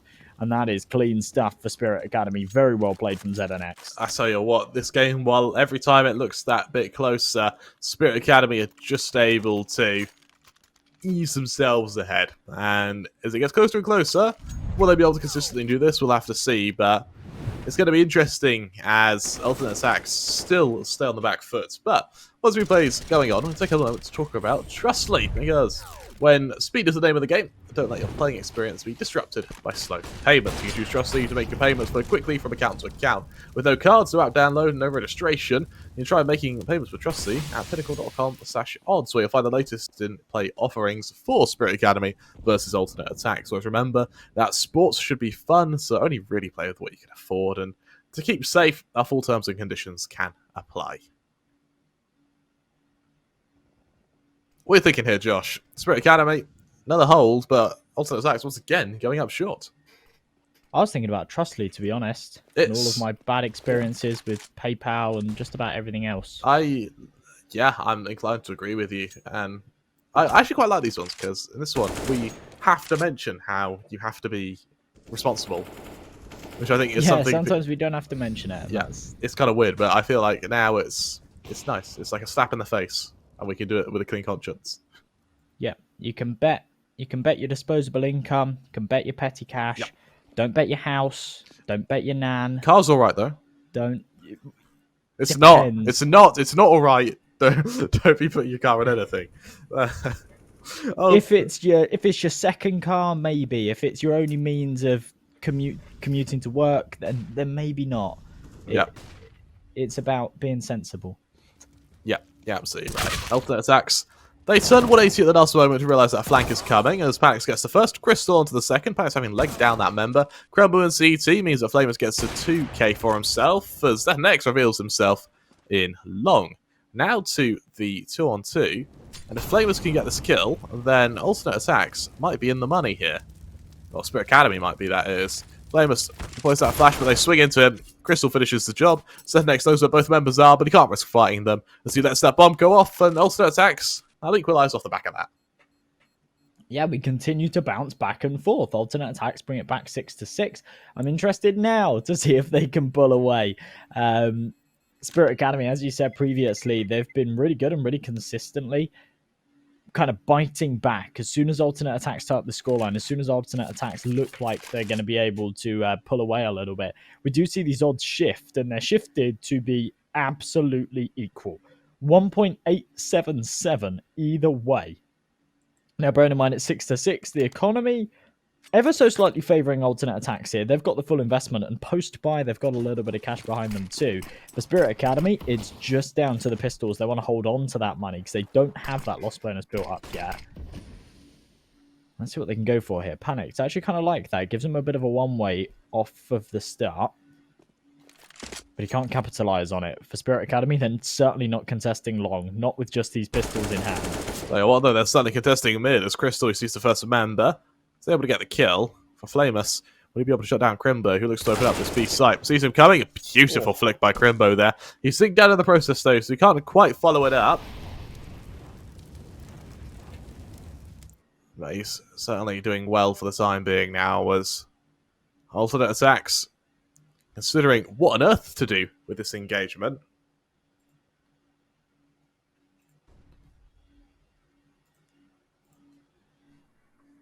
A slow start from alternate aTTaX here. Honestly, Josh, for alternate aTTaX, I'm surprised they are playing this so slow, considering that they are going to be fighting for this control that they're fighting for. It is almost entirely because they don't want to run into the AWP, but in the process, it means Spirit Academy can go on a flank and they can confirm their suspicions of where they could be. However, in this case, that flank has been called out. Crimbo wants a siren, means that it's kind of ruled out the question, and Znext once again has to go and save. But it does mean they can cling to the AWP. Well, finally, alternate aTTaX will be able to take the lead. It'll be the next buy round where they maybe try and pull away and actually close out this half to be somewhat in their favour. I like the fact that ZNX has actually been able to save this AWP as well. No one hunting for him here. Alternate aTTaX recognise that there's still a few rounds left of the half, and they realise the importance of keeping their economy thriving. What's going on right now, though? Patsy, he's got no kit, but there's still loads of time on this bomb. He's kind of leaning over towards it, seeing if he can find an exit. No. If he had a smoke and a kit there, I saw a ninja defuse. I saw the stars aligning. But that's the power of planting for long. They can be miles away from the bomb site, but they've still got that sight line onto it. And there we go. 7-6 alternate attacks. They take the lead. A really long and slog to get up and finally find this advantage, but now they have it. I really wouldn't be surprised if they... I wouldn't be surprised if they just hold this from start to finish. I don't see any universe in which Spirit Academy forego, or Alternate Attack, forego this lead, simply because Spirit Academy, even though they'd been in the lead, it felt like prior victories that were allowing them to tick through, rather than them consistently being on the lead with Alternate Attacks on the back foot. An AWP on either side. ZNX with the one that he saved from the last. Panics with his own. This is where these two Titans duel. See who comes out on top, who gets that man advantage. Again, alternate attacks taking this mid control, leaning towards short. This has kind of been their default throughout. And I like the fact as well that they push through the mid doors. They take control there. They make sure that no one's fighting on the corner. But they don't push through it. They haven't gone for a mid to B at all, really, in this first half, at least not on a buy round. And it's worked quite nicely for them. Early duel comes in. Siren for one, but it's instantly traded. Beautiful flick from ZNX. And he's sticking around for more. With Crimbo shutting down Patsy, ZNX now, he realises he has to up the tempo on long, but Process expecting it, shuts them down. And with that now into a 3-on-2. Flamus is on ticks, carrying in CT as Crystal to worry about. The aggression it's shown. 2 shots ring out, and as that bomb is dropped, Crystal retrieving it will mean a bomb plant for alternate attacks. More importantly, it means that Spirit Academy are having to figure out what on earth to do next. Zontix delivers. The first kill almost handed to him there. As he jumps up, Crystal also fools Process in long. Call into action. That flash goes off. He gets ready for the swing, and for Flamus, he delivers. That is a very clean retake from Spirit Academy there. That's just so well played from Zontix as well. Finding the man close and then saying, right, there's another one up here. He's the man that planted the bomb. Give me a boost up. I'll kill him. And that's exactly what he does. Very, very well played. As the scoreline ties up 7-7. Now, this is interesting. When it was 6-6, the odds were even. Now it's 7-7. And the odds are leaning towards Spirit Academy, 1.7 to about 2.1. So really interesting stuff there. Of course, pinnacle.com/odds if you want to check out the live odds for all of the games that we've got across the board here for Pinnacle. And I think they do the betting for all the stuff here as well. Now, as we go into the final round of the half, another full investment here from alternate attacks. They just about pull out another buy. But this is for 8-7, so really as close as it gets.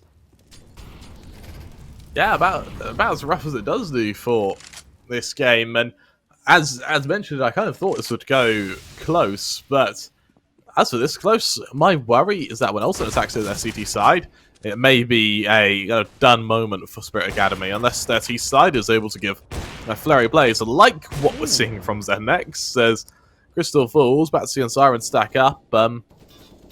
I still don't know who wins this, to be honest. I'm still on the fence about it, Josh, but I can tell you for sure this is going to be a 30-rounder.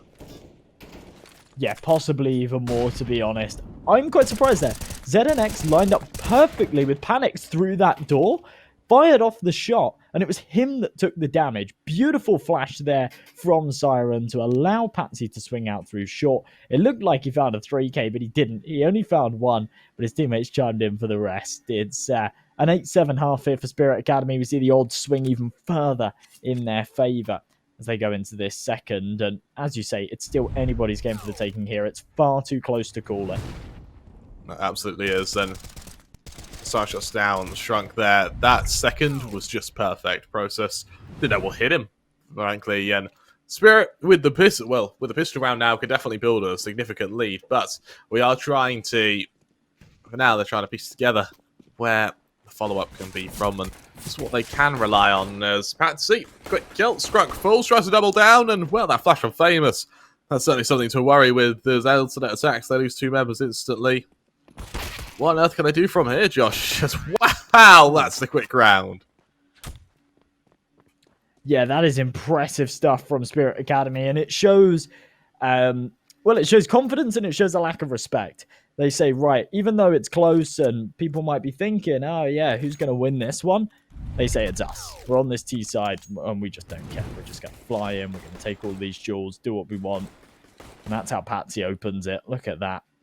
Early dinks. Flamus is there to support him. Patsy just tearing through long, while Zontix is just holding for that B aggression. It was almost a bit of a counter strat on their part. Again, alternate attacks. This time with an opening. That long control. Exactly what we should have seen from the pistol round as aTTaX tries to fight in mid. Missed shots, but it's close.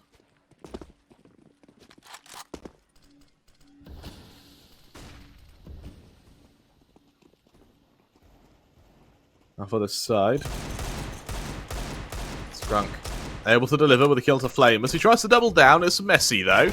And with the player in mid, Siren, he kind of puts it back under control for Spirit Academy. They outmaneuver alternate attacks with a plant on B.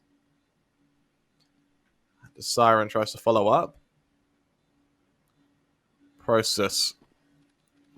Ready to shift through the door. Siren, can he finish the job? Patsy covering his teammate beautifully there as Siren chimes in. And like that, Spirit Academy now, 10-7, starting to put a bit of distance between them and the German counterparts. They really are, yeah. 3-round gap, and it looks like it's about to be made 4 as well, as alternate attacks do not have any money behind them. Crystal will buy a HE, Process buys one as well. Are we going to see a nade stack?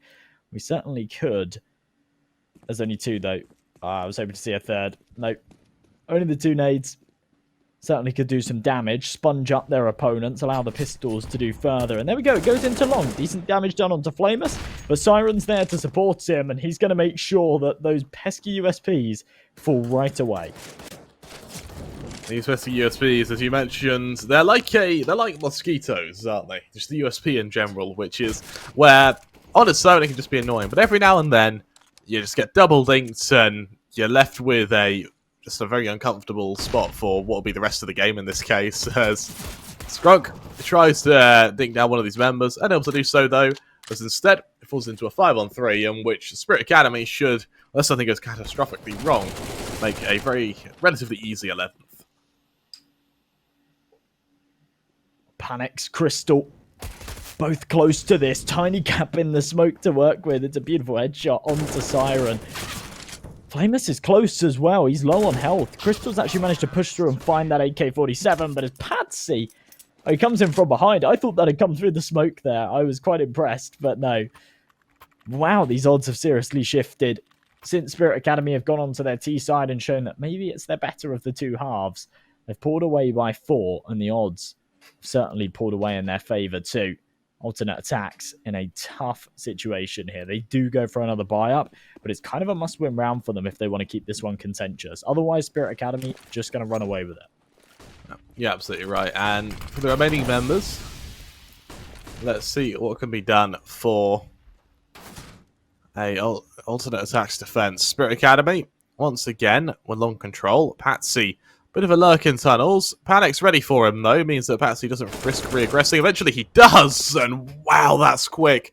aTTaX, he falls, but Scrunk is already behind them. But look at that molly from Zontix on the minimap. He already knows that flank's possible. And as he deploys that molly, Spirit Academy now, as they get ready to burst up long, Crimbo and Crystal are all that can be mustered in a defense. And for what's essentially a 2v4 for the site, Patsy's continuing to wreak havoc behind them. Crimbo boosted up, instantly killed by Flamus, and this is starting to look really strong for Spirit Academy.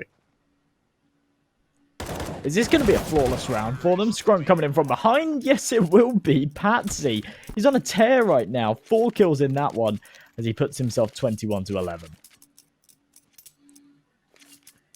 A really, really strong position for them. And as we get ready for another round from alternate attacks, they call a timeout here. And with this timeout, they take a moment to talk about Pinnacle. Do you like Pinnacle, Josh? I like Pinnacle. I do like Pinnacle, actually. They're one of the sponsors that I hold close to my heart. Yeah, well, if you think you know your stuff, you can head over to pinnacle.com/odds, where you can find the latest in-play offerings for Spirit Academy versus Alternate Attacks and a variety of other markets. Pinnacle's also currently running a promotion where if you bet €10 on Esports, you then get €10. Of course, you have to be a new customer and sign up using code CUP21. Remember, betting needs to be done in a fun and safe environment, and you can only, or should, only bet what you can afford. And there's full terms and conditions that will apply, but yeah, Pinnacle. I actually really like Pinnacle as well. Josh, you know Pinnacle, it was our first proper tournament we did together. Because we had Snow Sweet Snow, and we only did about 6 or 7 games. But Pinnacle, we did the full thing. And yeah, it was really cool how we got to, it was like our first kind of bonding experience, wasn't it? And we kind of it was. I forgot how much of Pinnacle we actually did. We did almost the entirety of the first tournament. It was great. Yeah. It was really nice. I actually did a podcast with 2 of the Pinnacle content team afterwards. It was really nice. I really liked them. Even the management, they're like the inner management that never see the limelight. Those guys are cool as well. So, see, that's always good. When the hierarchy starts with cool people and the coolness trickles down, then everyone is cool. That's how it works. I hope I was able to kind of reap a bit of coolness while I was there, but I don't know. It's still on the fence for now as to how much coolness I don't know, Cremmy. You're a bit of a nerd. I wouldn't say you're cool. I'm cool as what? It's hard to respond to this without swearing, but I am so cool. What do you mean? I literally couldn't get cooler. Yeah, that's what they will say. That's what an uncool nerd would say. I'd say I'm really cool. I promise. My mum thinks I'm cool.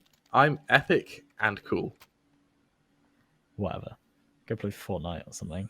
Go cast Fortnite. Go cast Fortnite. I hate how that's an insult. I hate how that's an insult. But yes, we're back in this game. The Spirit Academy, they are looking really strong, aren't they, Josh? This is actually looking very... It looked quite close. Now we've hit this T side. It's starting to look very one-sided. This is where I was kind of expecting Spirit Academy to pull away, though. And realistically, bearing in mind they've been together for a few months, I wasn't expecting this to be as big a factor. But in the early days of Spirit Academy, it certainly was. When they were on their T side, they were just so much stronger. They were so much scarier because these very talented aimers, Patsy would come into play, ZNX would come into play, and they'd just be really, really fierce.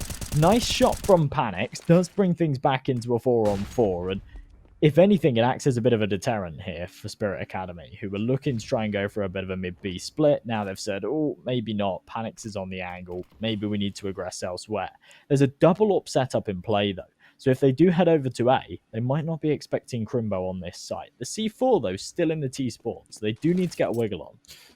So next, allowing himself to get into pit off the back of that flash, and I like how he doesn't even fight them when he deploys that flash. He keeps his head facing away, because headshotting someone who isn't facing is actually really difficult. So it's little nuances like that really show them that they're a side to watch out for. And a Skrunk up short, gets ready for a bit of an engagement, hasn't seen anyone just yet.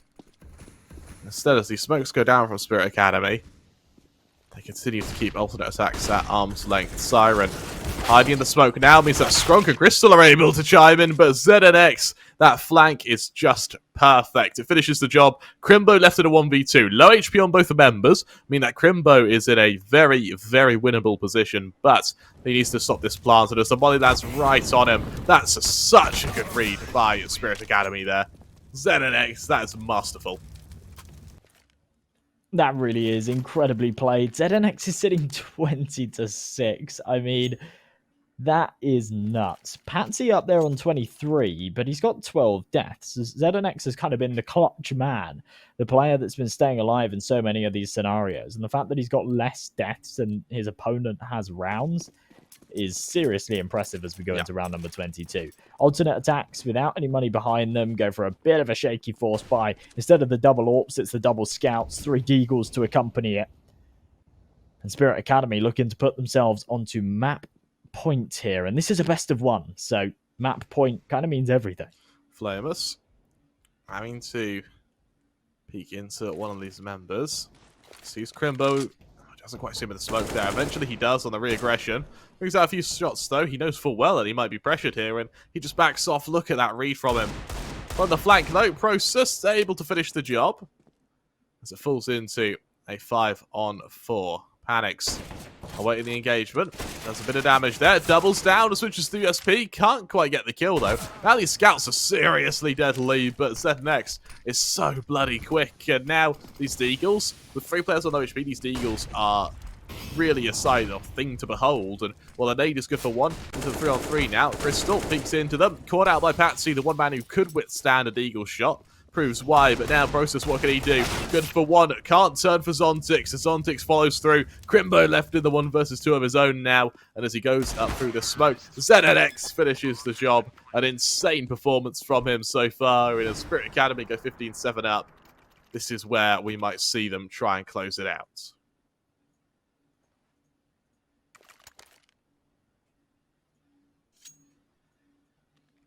I think we've lost another co-caster once again, but we're back, and with Spirit Academy having to battle it out to stay alive now, or forcing aTTaX to battle it out to stay alive. Spirit Academy looking to accelerate and pull ahead to victory. Flamus with a fast push up short. Panic's the man to worry about. Sees him coming. That's the odd bit of damage.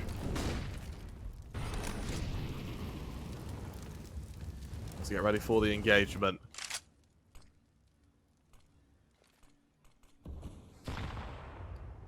Skunk again in mid. Preparing this engagement, but Spirit Academy really taking their time with this. Well, 3 players grouped up going into long, and no one there directly contesting it. They have got Process in this corner, though. A beautiful off angle. It seems to be anticipated there from Siren. And whilst he loses his life, zontix is there to instantly trade it. Skrunk's flash goes a little deep and a little late, and ZNX is able to capitalize. 3-on-3. Panic's caught out in the open with his pants down. Flamer steals him a beautiful headshot. And Flamer, the stand-in, showing that, well, he's just as capable as his teammate that hasn't shown up today. Target hasn't really been missed here. Crystal looking to try and find the head, sees the scout just poking over, but when he fires off the shots, they're not successful. Patsy finds Crimbo. Crystal left on his lonesome. 1-on-3 on the retake. Bomb down, no chance. Does take the first, but tags down low in the meantime. And he'll fall momentarily. No, Flamus whiffs. I've just been bigging him up. I've just been saying that he's been doing very well here as a stand-in, and Crystal might be able to pull it off. No, it's ZNX to finish things off.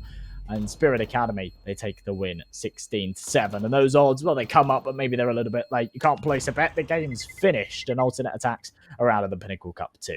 I like how when the game had finished, the odds were still lower there than they were in the mouzsports game when they hadn't lost yet. But yeah, an incredible game, as you mentioned. It means that our best of 3 is going to be a Academy team showdown. Yeah, I mean, you know what's really crazy about the 2 best of 1s that we've seen as well? Normally you see in groups and stuff, and you see those best of 1s, and there'll be seeding, and there'll be like a high seed versus a low seed. You see those opening best of 1s go really quick, super one-sided, because it's like a really good team playing against a bad team. Both of the best of 1s we've seen there, the odds were deadlocked. Yeah, both of the odds were exactly the same, super close. The first match between GamerLegion and mouz, I think it was actually favoring GamerLegion ever so slightly, just because mouz are a new team and whatnot. And then the same here as well with Spirit Academy and alternate attacks, but both of which were super one-sided. A 16-6 and a 16-7. Our best of 1s today, Crema, have been very kind to us. They've been very quick ones. But now we've got the Battle of the Titans, and I don't think that this is going to be a quick one. It's going to be Spirit Academy versus the Titans of mouz NXT, the debuting team today that have really, really shown themselves, proved their worth against GamerLegion earlier, and now they're here to fight it out in a best of 3 to bag themselves a spot in the main Swiss stage here for the Pinnacle Cup II. Yeah, this is going to be a really exciting game. I honestly can't wait for it. We're going to be on in about 5-10 minutes or so with this game. Trust me, you don't want to miss it either. We're going to go to a break. We'll be back any second now.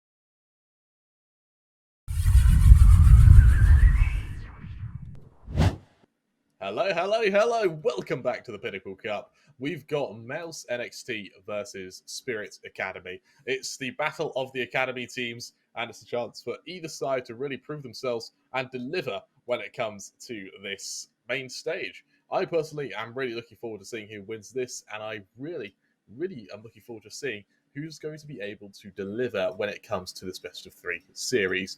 What's interesting is, we'll see that when we get to the veto as well, because this is an amazing veto. I'm kind of sad I've spoiled it for myself, but you're going to love it, Josh. Of course, on the topic of Josh, I'm Newcastle Crabber 3. I'm joined by the wonderful M&J. Josh, how are you feeling about this one? I'm going to be honest, Kremer. My TeamSpeak did the thing again. I didn't heard hear it. anything you just said, and then it came back in as soon as you're like, and this is Josh. It's perfect timing. Someone's looking out for me. We've got a really cool veto, is what I'm saying. Just wait to hit the veto. Oh, alrighty. Well, I'm excited to get into this game, to be honest. I think this is going to be a really good one. The two best of ones that we've seen so far today have been pretty one-sided. There haven't been anything too exciting. But it's still the debut day of mouz NXT, and they really showed us what they were made of earlier. And then for Spirit Academy, they brought in the flair, they brought in the firepower on Dust 2. They showed us a very, very scary performance, especially on their T side. And if Dust 2 manages to slip its way into this veto, then that is something to really fear for mouz NXT. Likewise with Mirage, to be honest. Yeah, this is going to be interesting, purely because both teams have picked the other one's map that we've seen. We've had Nuke, which is the kind of curveball that mouz have picked. Spirit picking Mirage is brave, considering just earlier we saw mouz go 13-0 up on Mirage against GamerLegion. And with Dust 2 being our decider, mouz have left it in despite having seen Spirit Academy decimate the CT side of alternate attacks. Well, let's see the graphic. Let's see the animation of that. Done it again. There we go. I'm back. All right. Let's see the animation of said veto. Here we have Nuke being our first one from mousesports, as mentioned. Means that we should see a CT side start for Spirit Academy. As you can see, picks are there. Of course, our follow-up will be Mirage picked, and then CT side on mousesports. Dust to our decider. What do you see the result being here, Josh? He's lost it again. All right, like a mime. That's fine.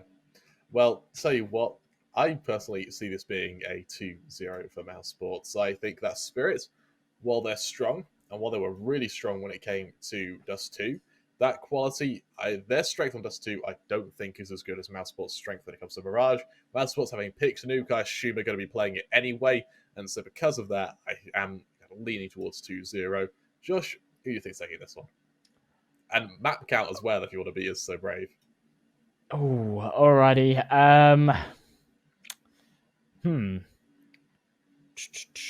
I'm going to say a mouz 2-0.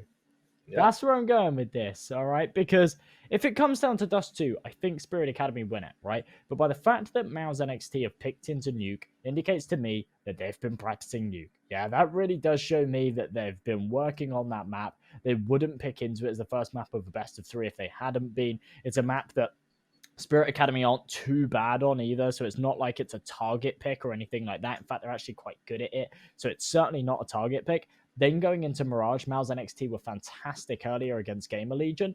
I think they could get this done in 2 bites. If they can't get it done in 2 bites, when we go to the third and final of Dust 2, I think Spirit Academy would take it there. But I think there's really good grounds here for them to take it in 2. So that's my gut feeling. That's what I'm going to stick with. Fair enough. I am literally what I said as well. I'm absolutely in unison with that. I think this may be a bit one-sided as well. I am actually really hyped for this mouz roster. I think that they have found the kind of core components of a very strong side, and they've just been able to deliver. I know that we used to talk about how Torzi was doing it. Torzi was just having the same map. He went 28-0 on a train a while back. We've got Shane and Shuey, who were the kind of staple players for Zacko Balls, and well, with Xertian and JDT kind of being picked out of FPL, we've got 2 risks that have been taken, and if Rush letting things go by, it was an amazing risk. Of course, straight into the pistol round, with further ado, we're into the 3-on-3. mouz, Famous having to hold to that kit, already low on HP. Spirits, not quite planting that bomb yet, but it looks like they're going to be doing so soon. I take it back, it's the other way around. mouz on this site, looking to go for the plant, and as they do so, Spirit Academy stacking up to Mini now with this engagement. Flamus, they'll deploy that smoke on Heaven. just to try and keep them at arm's length in the process. And as JDC holds for this aggression, he holds for this member. Zontic for the first trade there by JDC. JDC doubling down. Flamers to trade. Shui in the 1v1. Flamers already dinked. A little bullet straight to the groin of Flamers will bring mouz there. Pistol round as they go 1-0 up against the Spirits Academy. Spirit Academy moving into what should be a bit of a force buy here. Bear in mind that there was only one player left on the member of mouz Sports. Let's see what can be done from here as we enter a brief tech pause.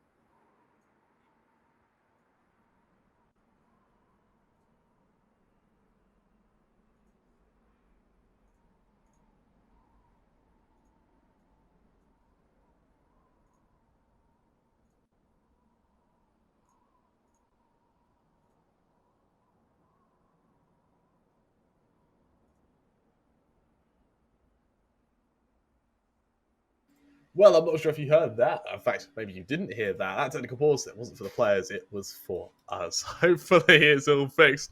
Hopefully we're able to get things back underway momentarily. But as we wait to see what either side can do, this break in momentum from mouz Sports definitely is going to be felt pretty significantly, at least for the time being. Of course, you need to remember that Spirits, that round, even though it looked pretty one-sided when JDC was able to swing out there in the 3v3, it did still come down to a final bullet from Shui in a 1v1. It was still a very close affair, and because of that, let's see what can be done from this side, and more importantly, what can be done from the, what looks like what might be an eco from Spirit Academy now, was they cling to these. Never mind, it will be a force buy. Sorry, it just took a while before he invested. These Deagles and the odd MP9 now looking to topple mouz Sports, who are only using one Mac 10. Yeah, it's an interesting buy here from Spirit Academy. A really interesting buy, in fact. So a Scout, an MP9, 3 Desert Eagles. Of course, it's second round, so there's not going to be a huge amount for them to work with. But they've got to face up against the Rifles to get something done. Early presence towards Trophy Room here as they take the fight onto ramp. Looks like it's going to be JDC to lead the charge as they creep up. On the other side of things, they're patiently waiting at Zontix, ready to strip some heads with this Deagle. Instead, though, here's the steps, falls away. Calls for support from Patsy. Get ready for a follow-up now.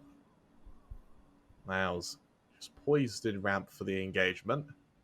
Patsy the man to worry about, and as the ZNX gets ready to take an engagement, at least for the time being. They stack up in this control room. Flamers ready to drop down and fight into lobby. As mouz run down the clock just a little bit, they try to get a feel for where Spirit Academy have poised themselves. With the lack of aggression, they have probably pieced together that it is just a standard default being held by Spirit with nothing too wild being shown. It's Patsy on outside, can't see anyone yet. Siren opens up with a very quick Deagle kill on to Shui. As he falls, mouz with only 30 seconds left now have to hit the safe side. There's a flash, here's the engagement. Flamers, he needs to try and hold, and while he's good for the first, he's even able to double down. Siren ready for Xertian, who had incredible luck plays on our first map, their crowning match against GamerLegion, but now it's Torzy to luck with 2 kills. So Siren fall, leaving Xertian in a 1v3. Flamers takes the man fight, and with a 4K from Flamers, Spirit Academy equalise at 1-1. Well, it's a nice recovery there from Spirit Academy. I feel almost foolish for criticising their buy, because it's worked very nicely for them. Torzy, despite his efforts, it just wasn't enough. And solid round there from the side. The defense It's held up, and we tie things up 1-1. With a quick engagement, let's see what can be done next as JDC, a man who's proven that Deagle is something to fear, holds for the remaining members, and as they do so, through the smoke, Zontix caught out by Xerxian though, leaves us into the 4-on-4, ZNX, and towards the exchange blows, and with Patsy already tagged, Mal's actually looking pretty hungry here. There's the aggression. Patsy reveals himself. He can't kill anyone, though. Instead, Siren, he opens that door. He tries to back off. It's a missed shot by the first Eagle. The Tech 9 also can't quite follow it up, though. The nades, they land short, and while Patsy's good for Xerxian, it leaves us into this 1v3. Aggression means Flames is good for the first. Trade by Shane, not quite able to double down. And with that, it goes into a 2-1 lead for Spirit Academy on the CT side of Nuke.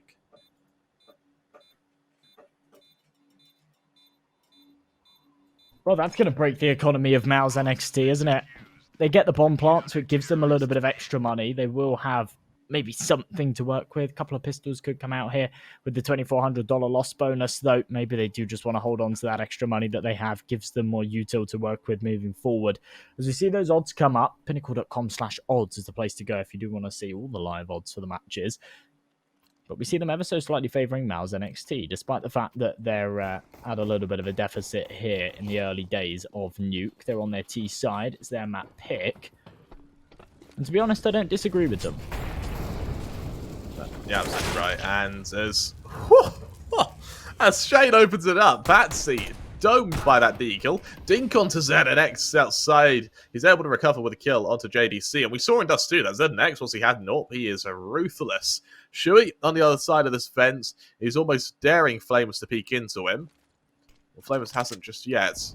Zontix in ramp. Ready for a follow-up. Shane only on a measly 4 HP. That's fine on Zontix to deliver on ramp, and well, he can. Shane able to follow it up with that Deagle. There's Siren, the next man who joins the endeavour. But ZNX finishes it off with that AWP, and Spirit Academy go 3-1 up. Now, on paper, that was a great round, but you need to remember, that was a affair in which Spirit Academy lost 3 members to an eco. They take a timeout, understandably so. As it means, Josh, would you like to talk to us about Trustly? Yeah, Trustly is the place to go if you want to check out. I haven't got the script open, Crummy. You've thrown me right on the spot here. I do apologise. But Trustly are a really great payment option for when you're depositing onto sites and things like that. You don't have to deal with all of the palaver of so many other sort of payment systems that we've all got horror stories with. Yeah, I think there's so many horror stories that I hear from everybody with all different payment systems when you're depositing on websites and stuff. You've got delays, you've got fees, all of this stuff.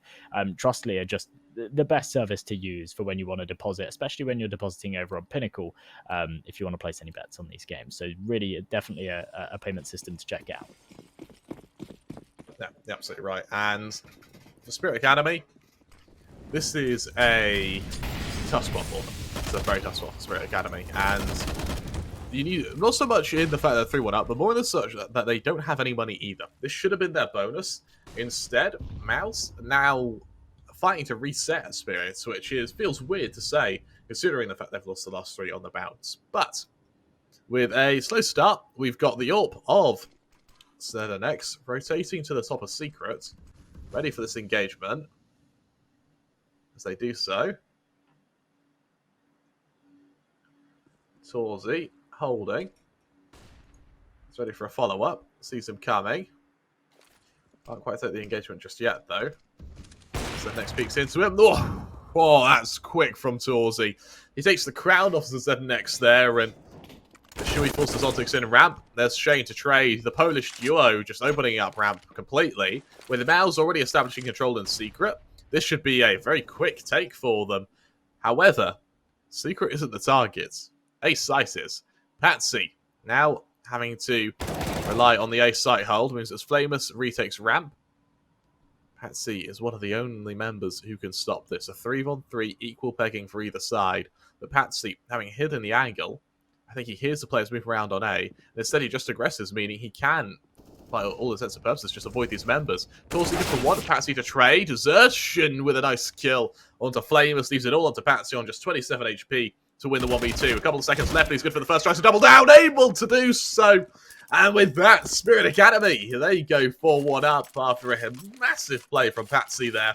4 kills, and they literally couldn't come at a better time, as he's able to save the orb as well and really deliver for Spirit Academy. With 1 HP to spare on Patsy as well, may I just add. That is absolutely nuts. A back and forth of a round that gets going from Torsi. And then Patsy just finishing things off there. Even takes a hit at the end. But as I say, it only gets him down to the faintest of slithers. And he's still alive and kicking. Here in the 6th, pistols to work with here for mouz NXT. They're going to be tilted that they didn't win that last. That was their round for the taking. Now they've got to try and pick up the pieces. 3 players with Kevlar, Torsi and Shui holding on to their cash. Shui because he's got a little bit less, and Torsi because he wants that AWP in the next. At least they've got that loss bonus going for them. That's definitely something that's on their side. So next, it's this rotation. Hasn't caught out anyone just yet. Instead, he bounces around this angle. As mouz. They slowly shift, and it's a secret.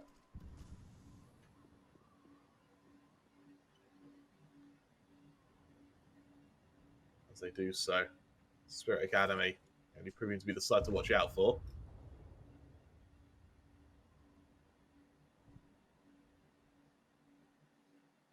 It's Torsi on outside.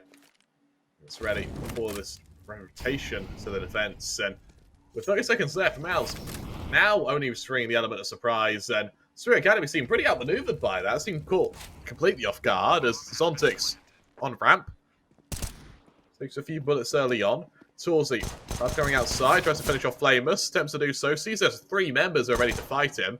As he continues to try and harass them, they just ignore him. They go straight to the site. aTTaX onto Shane, tries to double down from ramp, but they realize they can't keep fighting him. JDC, despite his success with the deagle in the past, has got Patsy good for 1. There's JDC, who's good for 2 with that deagle, just delivering and proving my point there. Eventually the molly finishes the job. Zertion falls, and the bomb will be defused in the nick of time. But either way, it's another very, very close round, which Spirit Academy are out on top. I mean, considering their investment, mouz NXT don't do a bad job there, to be honest. But, yeah, they're not able to take it over the top. A solid retake from Spirit Academy. And we see those odds again. I'm not sure if they're quite right, but mouz NXT still seem to be ever so slightly favoured. If you do want to check out those odds, then that link just there, pinnacle.com/odds, will have all of the live odds for these games. And you can place your bets if you fancy, yeah, having a bit of a gamble on either of these sides. Of course, this is our last series of the day. And this will determine, of course, the winner of this matchup will be moving on to join the main high seed invite teams in that Swiss stage. So quite a lot on the line here for either one of these. Whoever loses, they're out. Are you still feeling a 2-0 for mouz, or do you think Spirit are going to deliver here? It's still early days, so I'm going to stick with my original prediction. If Spirit Academy kind of pull this further, if we see them push themselves to like 8 or 9, then maybe I'll start to change my mind. But for now, it's still early days. I still think there's a chance for mouz to get back into this. Fair enough. I kind of want to change mine. I want to say 2-1 to Spirit Academy. I think mouz win Mirage, but I think they lose Nuke and lose Dust 2. That's my prediction. aTTaX though. Oh my god, aTTaX! 3 kills there, just annihilates his opponents. And, well, he's definitely ruled off ramp as an option for future mouzesport rounds, because that was frankly disgusting. Can I change my prediction? Yeah, you can. That was awesome. That is actually awesome. That's a lot harder than it looks, to be honest. Have that kind of spray control and to transfer across 3 players like that, that's not an easy task. Well. Yeah, that is seriously awesome from aTTaX. And my fear is right now is that my original prediction was based on the fact that because mouz have picked into Nuke, they must have something up their sleeve. Yeah, that was kind of my whole pretense. It was they've picked into Nuke, they must have something up their sleeve. But the fact that they've just not delivered us anything in these early rounds, and they've actually been looking pretty weak and disjointed, does fill me with doubt. Yeah, it's definitely brewing, isn't it? And as mouz, once again, just a slow position in lobby as they try to drain a bit of util of spirit. It works in premise, but the reality is they're still struggling to follow up. So smoke goes down, keeps the mouz at arm's length, at least for the time being. With a minute to play with, Spirit Academy, they actually don't have too much util. In fact, they hardly have any util, Josh. Yeah, there's not a lot behind them. Their economy's really taken a hit, and because they're buying off of their max loss bonus, and they haven't really had many bonuses to work with, like bomb plants and kills and things like that. Yeah, that's where that util money's gone. Early kill coming through. That's going to go in the favor of aTTaX. Nice refrag from Shui. That is lightning fast. This man, whilst his team might not be coming in delivering rounds, he's delivering the talent. JDC with a beautiful headshot to entry onto the site. But with ZNX finding one elsewhere, we keep the numbers even in the 3-on-3. This is just nuts right now. When I mean, mouz, they get the plant. In a 3-on-3, though, they're not out of the woods yet. And as they try and get this initial kill, Torzy able to deliver. JDC needs to be careful from Siren, though. He was expecting the attack. There's the kill. 2-on-2 now, and he goes straight back to level pegging. ZNX, he's almost praying one of them tried to peek into him, and that molly, oh, it's well placed. Now Siren, it's actually Shui who is able to hide back sight. Forced out, ZNX for the first. He knows where Shui is now. Shui hides behind this bomb. He runs down the clock, though, and Shui is able to deliver. The pole really showing up and shining now was... We see a 6-2 scoreline in which Spirit Academy continue a investment, but the damage that they've taken these last couple of rounds mean that they don't have much in the bank. That's a good round from mouz. It was interesting. When it came into that 3-on-3 retake, there were 7 flashbangs yet to be deployed. But on that A site, it's quite difficult to deploy them. There's no like skybox you can throw them in through. So it does throw up and hope for the best, don't you? Yeah, pretty much, yeah. Unless you're on like the T roof, which obviously none of these players had the opportunity to get up there and start lobbing them down. But mouz, they pull it off very nicely. Spirit Academy, quick timeout comes through before they get underway with this one. We'll see another reinvestment here from mouz. The issue is whilst they won the last round and they were able to salvage that orb, only one player stayed alive. So they're still strapped for cash. The economic side of things is still shaky, and facing up against a side who have taken 6 rounds on the trot, I think they're still at a bit of a disadvantage. Yeah, there we go. Galil out on Zertian. Very little utility across the board here as well. Spirit Academy, they've got a good chance of biting back here. Yeah, absolutely right. And for the side, it's a really, really slow round from mouzsports once again. And it's definitely... Nuke has varying playstyles. Usually, the kind of CIS teams, they stereotypically absolutely prefer to just burst onto a site. Just straight nade to door, dive for either event dive or straight A hit with the flashes accompanied over the top. Sometimes they prefer to run it down, something that a lot of European teams tend to prefer. mouz, you can see that European influence coming in now as they just... once again, a minute left, and they're only now shifting outside. And then next, punishes with a kill on desertion. Missed shot by Torzy. Uncharacteristic to miss an opportunity like that, and he holds with the reaggressions. Then next, he deploys that smoke to keep it at arm's length, just for the time being. Well, it's a good opening pick from Spirit Academy, who look to put their foot back on the gas and apply that pressure back down onto mouz NXT. aTTaX, another quick kill, follow up there as well onto Shane. It seems like that wraparound hasn't worked very well at all. The final 2 players remaining are the 2 that slipped down secret. Where are the cams going? There we go. Follow them through Squeaky onto the B site. They might be able to get a bomb plant here, but how are they going to be able to fend off 5 angry defenders looking to take their bomb site back? Follow up. Torzy trying to get out of position. Missed no scope. Patsy vanishes. And you know when the momentum's going your way, you're feeling good. That no scope almost always hits, right? But it just kind of shows it was a metaphor for how mouzsports' T-side's going at the moment. Yeah, I know what you mean, to be honest. When things are going your way, you hit the jump shots, you hit the no-scopes. When they're not. Yeah, it's all doom and gloom. mouz NXT, according to these odds, still the favourite, so I'm not sure how that one works, but either way, Pinnacle.com/odds. Again, the place to go for those live odds. 7-2, Kremer. This scoreline really starting to pull away and maybe spiral out of control here for Spirit Academy. I wouldn't say so just yet. mouz are still on the T side of Nuke. It's, yeah, not typically the favored side here on this map. We can't say whether they prefer their CT side or not because we literally don't have any data to go off of here for Nuke. Yeah. Patsy taking a lot of damage from that molly early, though. It's very well placed. Get ready for its engagement once again. There's Shui for the first. JDC and Torzy both chime in. Goes into a 4-on-2. So next deploys that util. Keeps them back for the time being. As he backs off, he'll just save that up. But it seems mouz have found something to break the Spirit Academy side. And well, they do it off the back of pistols and armor. So massive cash injection for them alongside the bomb plant. And the question now is, do they choose to hunt this AWP ZenX? I mean, I'm not sure if they can justify it. They don't have a lot of money behind them. They need to be very careful if they do decide to go hunting. They've kind of had this economic problem throughout the entirety of the half, where even on their buy rounds, they've been lacking in certain areas. They've managed to pull off a bit of a funky round where they've gone in with the Tech 9s, and they should just be happy with that. They should be happy that for the first time, they've got the economic advantage. Absolutely right. And as Spirit Academy, I like the fact that they call a timeout instantly after losing a round like that. It means that they really don't want to take their foot off the gas, and they absolutely want to constantly keep the pressure onto mouz. Bear in mind, this is mouz Sports map pick.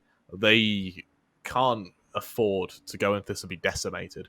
It's a really nice read on their behalf. And for Spirit Academy, I like the fact they go for the timeout here. It's kind of a good read. If you're mouz, Josh, do you see a potential victory in the first half, or are you kind of fighting to mitigate damage? You're playing for as many rounds as you can. I don't think you're playing for the half victory at this point, especially being on the T side. You are just playing for as many rounds as you can. If they can take 5 or 6, it won't be a great half. It won't be a bad half. I think 6 would be a decent half. 5 would be eh. If they could take 7 or 8, then that's huge. That would be a real win in their books. Spirit Academy, they're calling a quick timeout right now because they realize that they've lost control here. Even though they've still got quite a substantial lead, they've still got a 4-round gap. They've lost control. Yeah, they were looking really dominant in these early rounds, and in the last couple, that dominance has really disappeared. So we get underway with the 11th. That timeout cancelled. A full investment from both sides. I'm not sure what aTTaX has got at his feet. There's definitely a rifle there. I'm not sure if it's an M4 or an AWP. So we take a pan over. It's actually an AK. All right. What's wrong with both, Kremer? Unbelievable. Yeah, both of them are pretty fun, wasn't it? But instead, we've got Spirit Academy now at 7-3. If they win this round, if they reset mouz once again, then we are going to see a very, very successful half from them. I think if mouz win this and we start seeing a bit of a response, then we could have a bit of an equal pegging here. But ZenX with control of the bomb, I think he saw Shui on the other side of that as well. No, he hasn't, so it's going to be a matter of can he react in time. Instead, the molly, we'll see it come from one side, so they know full well that one of the players are going to have to try and take the engagement here. But as smokes continue to be deployed over in lobby, the bomb retrieved, but now Patsy, he's going to lead the aggression. They don't go through the smoke, but oh, that was close. Patsy shuts down Shui. Once again, that's the bomb. And now Torzy, on the other side of this, has a nade to land right on his feet. It's only 20 damage, though, so he does avoid it, at least for the most part. As he holds the angle, this util is deployed at the perfect time. Torzy hasn't quite peeked through it yet, but all it takes is a well-placed spam from Patsy to finish the job on them. Timing doesn't favour him, though. As Flamus holds from Squeaky. He knows they're about to engage with him, but for Torzy, just need to... Why bother risking it? The bomb retrieved, now heading to the A site. Now this position of Flamus becomes very, very strong. Patsy onto Torzy, leaves it all onto Xerxian. And while he dinks Flamus, he can't quite convert it. With that, we now have an 8th for Spirit Academy, a guaranteed victory in the first half. The question now is what can be done for mouz to at least to make this recoverable? Well, this is where it starts to get rough, doesn't it? You've got another buy in the tank, I suppose, for mouz. It's lacking in certain areas. Shuey down to that Mac 10. Shane on that Galil. If they can pull this one off, then they'll be happy. Yeah, then it goes 8-4. Yep. Their opponents won't have a huge amount of cash behind them, and they can keep this one nice and close. If they don't win this round, they have no money in the next. Spirit Academy push themselves onto 10, and then it really starts to get out of hand. This round is worth a whole lot more than might meet the eye at first. aTTaX, for the first time, actually getting a little bit aggressive there towards ramp. Doesn't spot anything out early, though, so takes a step back. Looks like it's going to be a hit onto the A site, and Siren just not ready for it, but he finds the kill regardless. He almost lines them up, though. Shane, while he's able to trade, it's only momentary before Patsy shuts him down. But JDC and Torsey all chiming in. It's left onto aTTaX in the 1v2. Blink and you miss it, and all of a sudden, Spirit Academy may have a round on their hands. With aTTaX having to duel JDC for sight. He's going to be straight into the member. JDC, quick adjustment, finishes the job. And for mouz, that'll be their fourth. Our partners at Pinnacle seem to ever so slightly favour mouz here, so it'll be interesting to see how that develops. I don't think those odds have changed since the start, so I'm not sure. Zerjan, though, he's not having a great game so far here. He's not shown up as much as he did earlier on. We saw them on Mirage earlier on, of course, against GamerLegion. Zerjan was having a big impact. He was having a very, very good game. Right now, he's sitting 2-11. It's really not been the same kind of performance from him. Full eco here for Spirit Academy, so a ticket back into this, at least for now, for mouz. Zerjan trying his luck down secret, slips through with the wall of smoke. Ooh, wins the first duel as well. ZNX, P250, can't get it done. As we get ready for a follow-up, let's see if this side can hold, and as they attempt to do so, Patsy, that kill onto Torsey is definitely an opening, but it's surprising to see Spirit go for the eco here. Bear in mind, Patsy does have 6k in the bank. It's a very low-cost eco as well. He could have dropped some P250s, maybe even some Deagles, but alas, they prefer the backwarded position anyway. For the remaining members of this side, what can they hope to do on this engagement as aTTaX heads down into mid. JDC, the man to worry about. JDC, lovely adjustment there as aTTaX falls, and that should affirm the fifth for mouz, considering Simon and Patsy not really going for it. At least the AWP saved, so it gives them something to be happy with, and it gives them something to kind of claim the round as worthwhile.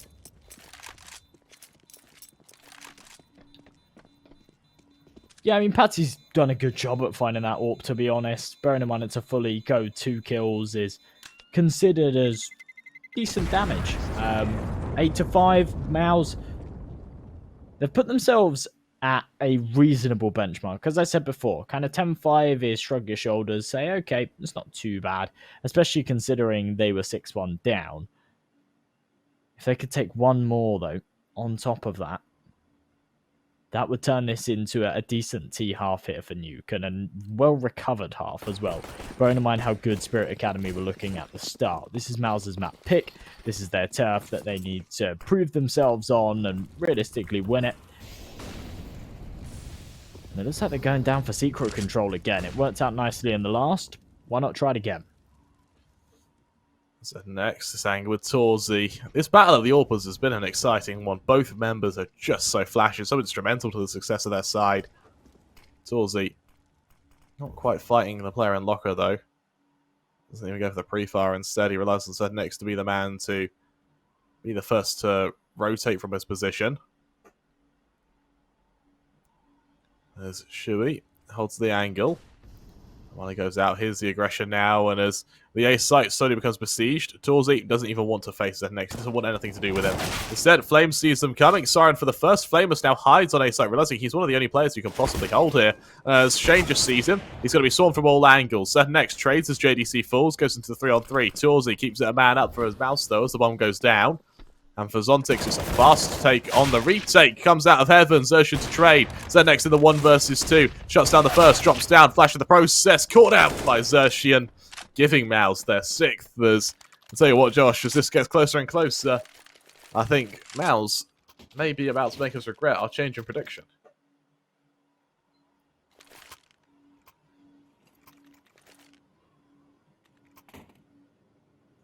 Well, maybe, to be honest. This has been a weird one so far. mouz, really good round in the last, though. A big win for them to take. Puts us in a strong position. Or puts them in a strong position, I should say. Aggression here from Siren, though. Caught out by JDC. Solid stuff there.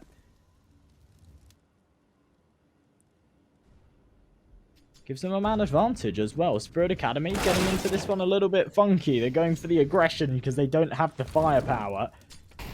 And they trade evenly. Oh, that's a hell of a shot from Zontix, though. Zontix just deleted Shui. What on earth was that? Shui tried to get out of ramp, and well, that's that. Yeah, that ain't happening anymore. We've now got a very, very strong indeed push from mouz. As they get ready to hit up ramp. Shane, we're running straight into Zontix, but Zontix, good for another. He's got his teammate to cover, but Zontix makes it 3. Able to make it 4 as well, and for Zontix, what a time to deliver for his side as Spirit go 9-6 up, and as he goes 18-9, he kind of shows his performance on ramp has just been insane this game. It really has, yeah. He's been going above and beyond, really. Been quite incredible. Look at this headshot again. This is the one that started it all. Running backwards while Shui's just going for the jump spot. It's insane. And then Zontix just following up. Beautiful shot once again. 4 kills to his name there to close things out. That very easily could have been an 8-7 half there for mouz, and instead it's the 9-6. A really, really strong performance. And I am interested to see. This pistol round is pretty much going to decide the game, I think. As mouz, they prepare in defense. Batsy busts into heaven, deploys the U2 where he can, tries to dive up into heaven, but as Torsi shuts down the first member, Zontix falls, trade, and not quite there by Shui. Instead, it's the 4-on-3, Patsy. There'll be a player above him as Shane chimes in. Siren, next to the matter, leaves it into a 3-on-4. With Patsy on ramp, he continues to dance around the angle. The bomb's gone down on B, so mouz have a retake on their hands despite being a man up, and with the kit and nade on Shui, it's very doable for them. So next, can he stop them? Patsy in ramp delivers a killing blow. Patsy doubles down as well now. Patsy seriously trying to deliver now. He holds the angle. They swing out. Shui for the first. Zed next. He's not quite able to trade yet as he digs the first member. Shui taps it once again. Finished off by Siren. All onto Torsi in the 1v1, but that bomb is sticking down very damn low. Siren, he dives out of control room. He sees them around him. He tries to play the time, and he's been able to do so to a masterful degree. He even finishes the job onto Torsi. The Spirit Academy go 10-6 up.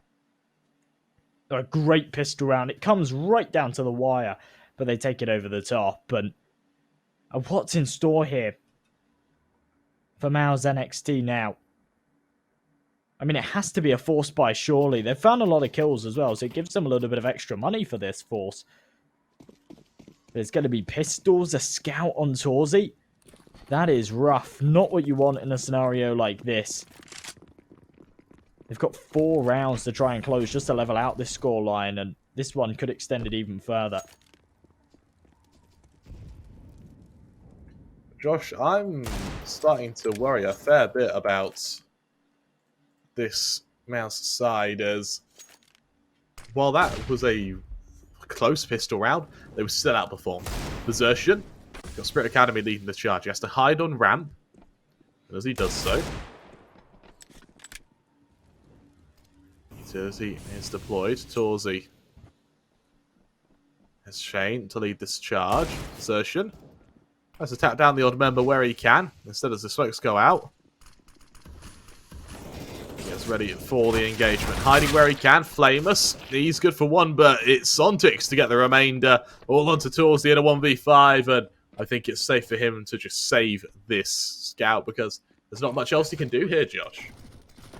Yeah, the thing is as well, and you kind of touched upon it at the start of the round, in a pistol round, it really doesn't matter how close it comes. It all just comes down to who wins it and who loses it. In any other round, damage means lower economy for your opponents. It means that they have to reinvest and things like that. It really does kind of make a difference. Whereas in the pistol, it doesn't so much. Whoever wins it has that huge economic advantage going into the follow up. They can then try and sort of string together 2 or 3 in a row off the back of it. And that's exactly what we're seeing from Spirit Academy right now. They come in, have a flawless round in the second. mouz now just with that scout on Torzy, and I don't think we'll see much of an investment around it moving forward. I think they'll probably drop down to an eco here. Maybe a couple of pistols come out. They'll have a buy up in the next, but that's going to be at 12-6. For this side, what can Spirit do here? As for that round, it was pretty one-sided, and the issue with it being so one-sided is they didn't really see how mouz react to anything. It was just a straight run in and kill, and maybe the exact same story here as aTTaX gets a bit overexcited, finished off. Torzy now chimes in, and Spirit may have got a bit too big for their boots now, so they're completely finished off. It's all down to ZNX, and well, they wanted a fight, and how they have it is they're destroyed in that, Josh. Torzy finishes the job, and mouz, they eco Spirit Academy. Well, what a ridiculous round for them to win. And, well, we see these odds, they keep flashing up. I don't think that they're changing. I think there's something wrong. But we see a quick Spirit Academy timeout because they're going to be a little bit tilted about that round. That's not one that they should be losing. And in doing so, they've actually given up quite a lot of weaponry too. We see the double AK setup over on that CT side, which is something that can be really, really powerful in the defender's hands. Yeah. Now, admittedly, Spirit Academy, they do still have money behind them. They can still reinvest into this one. Will we see an AWP, though? By the looks of things, no. Yeah, it's just going to be AKs all round. It's actually very viable to just run a 5 AK setup here on the T side of Nuke. It's kind of one of the only maps where teams will often opt to just play without an AWP on their T side. For mouz, let's see what can be done. As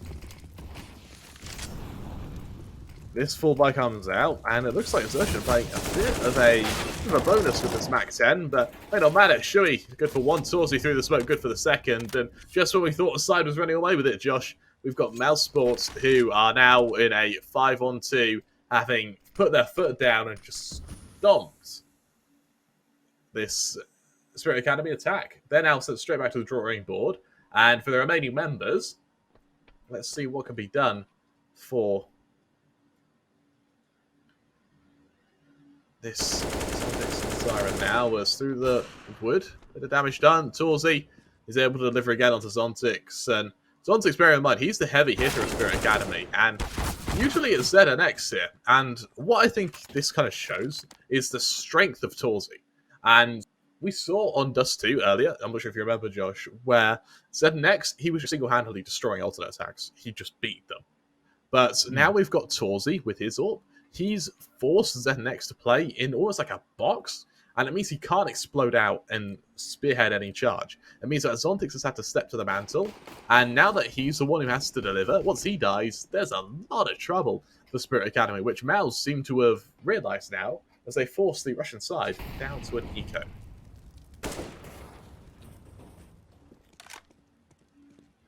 Well, mouz, they're really coming back into this. Their CT side's looking good, and I'm not sure what Shui has said, but whatever it is, it seems to have given them a breath of fresh air, new energy, new life as Torzy continues to fire away outside. They're only against the pistols, but when you've got the AWP in hand, it doesn't matter. They can have any weapon, and Torzy's still hitting all the shots. Third kill found. Patsy good for one. Nade finishes off Flameless. Torzy a couple of uncharacteristic misses. It costs Shui his life, but Torzy's there to trade it. A 4K for him there in the 20th.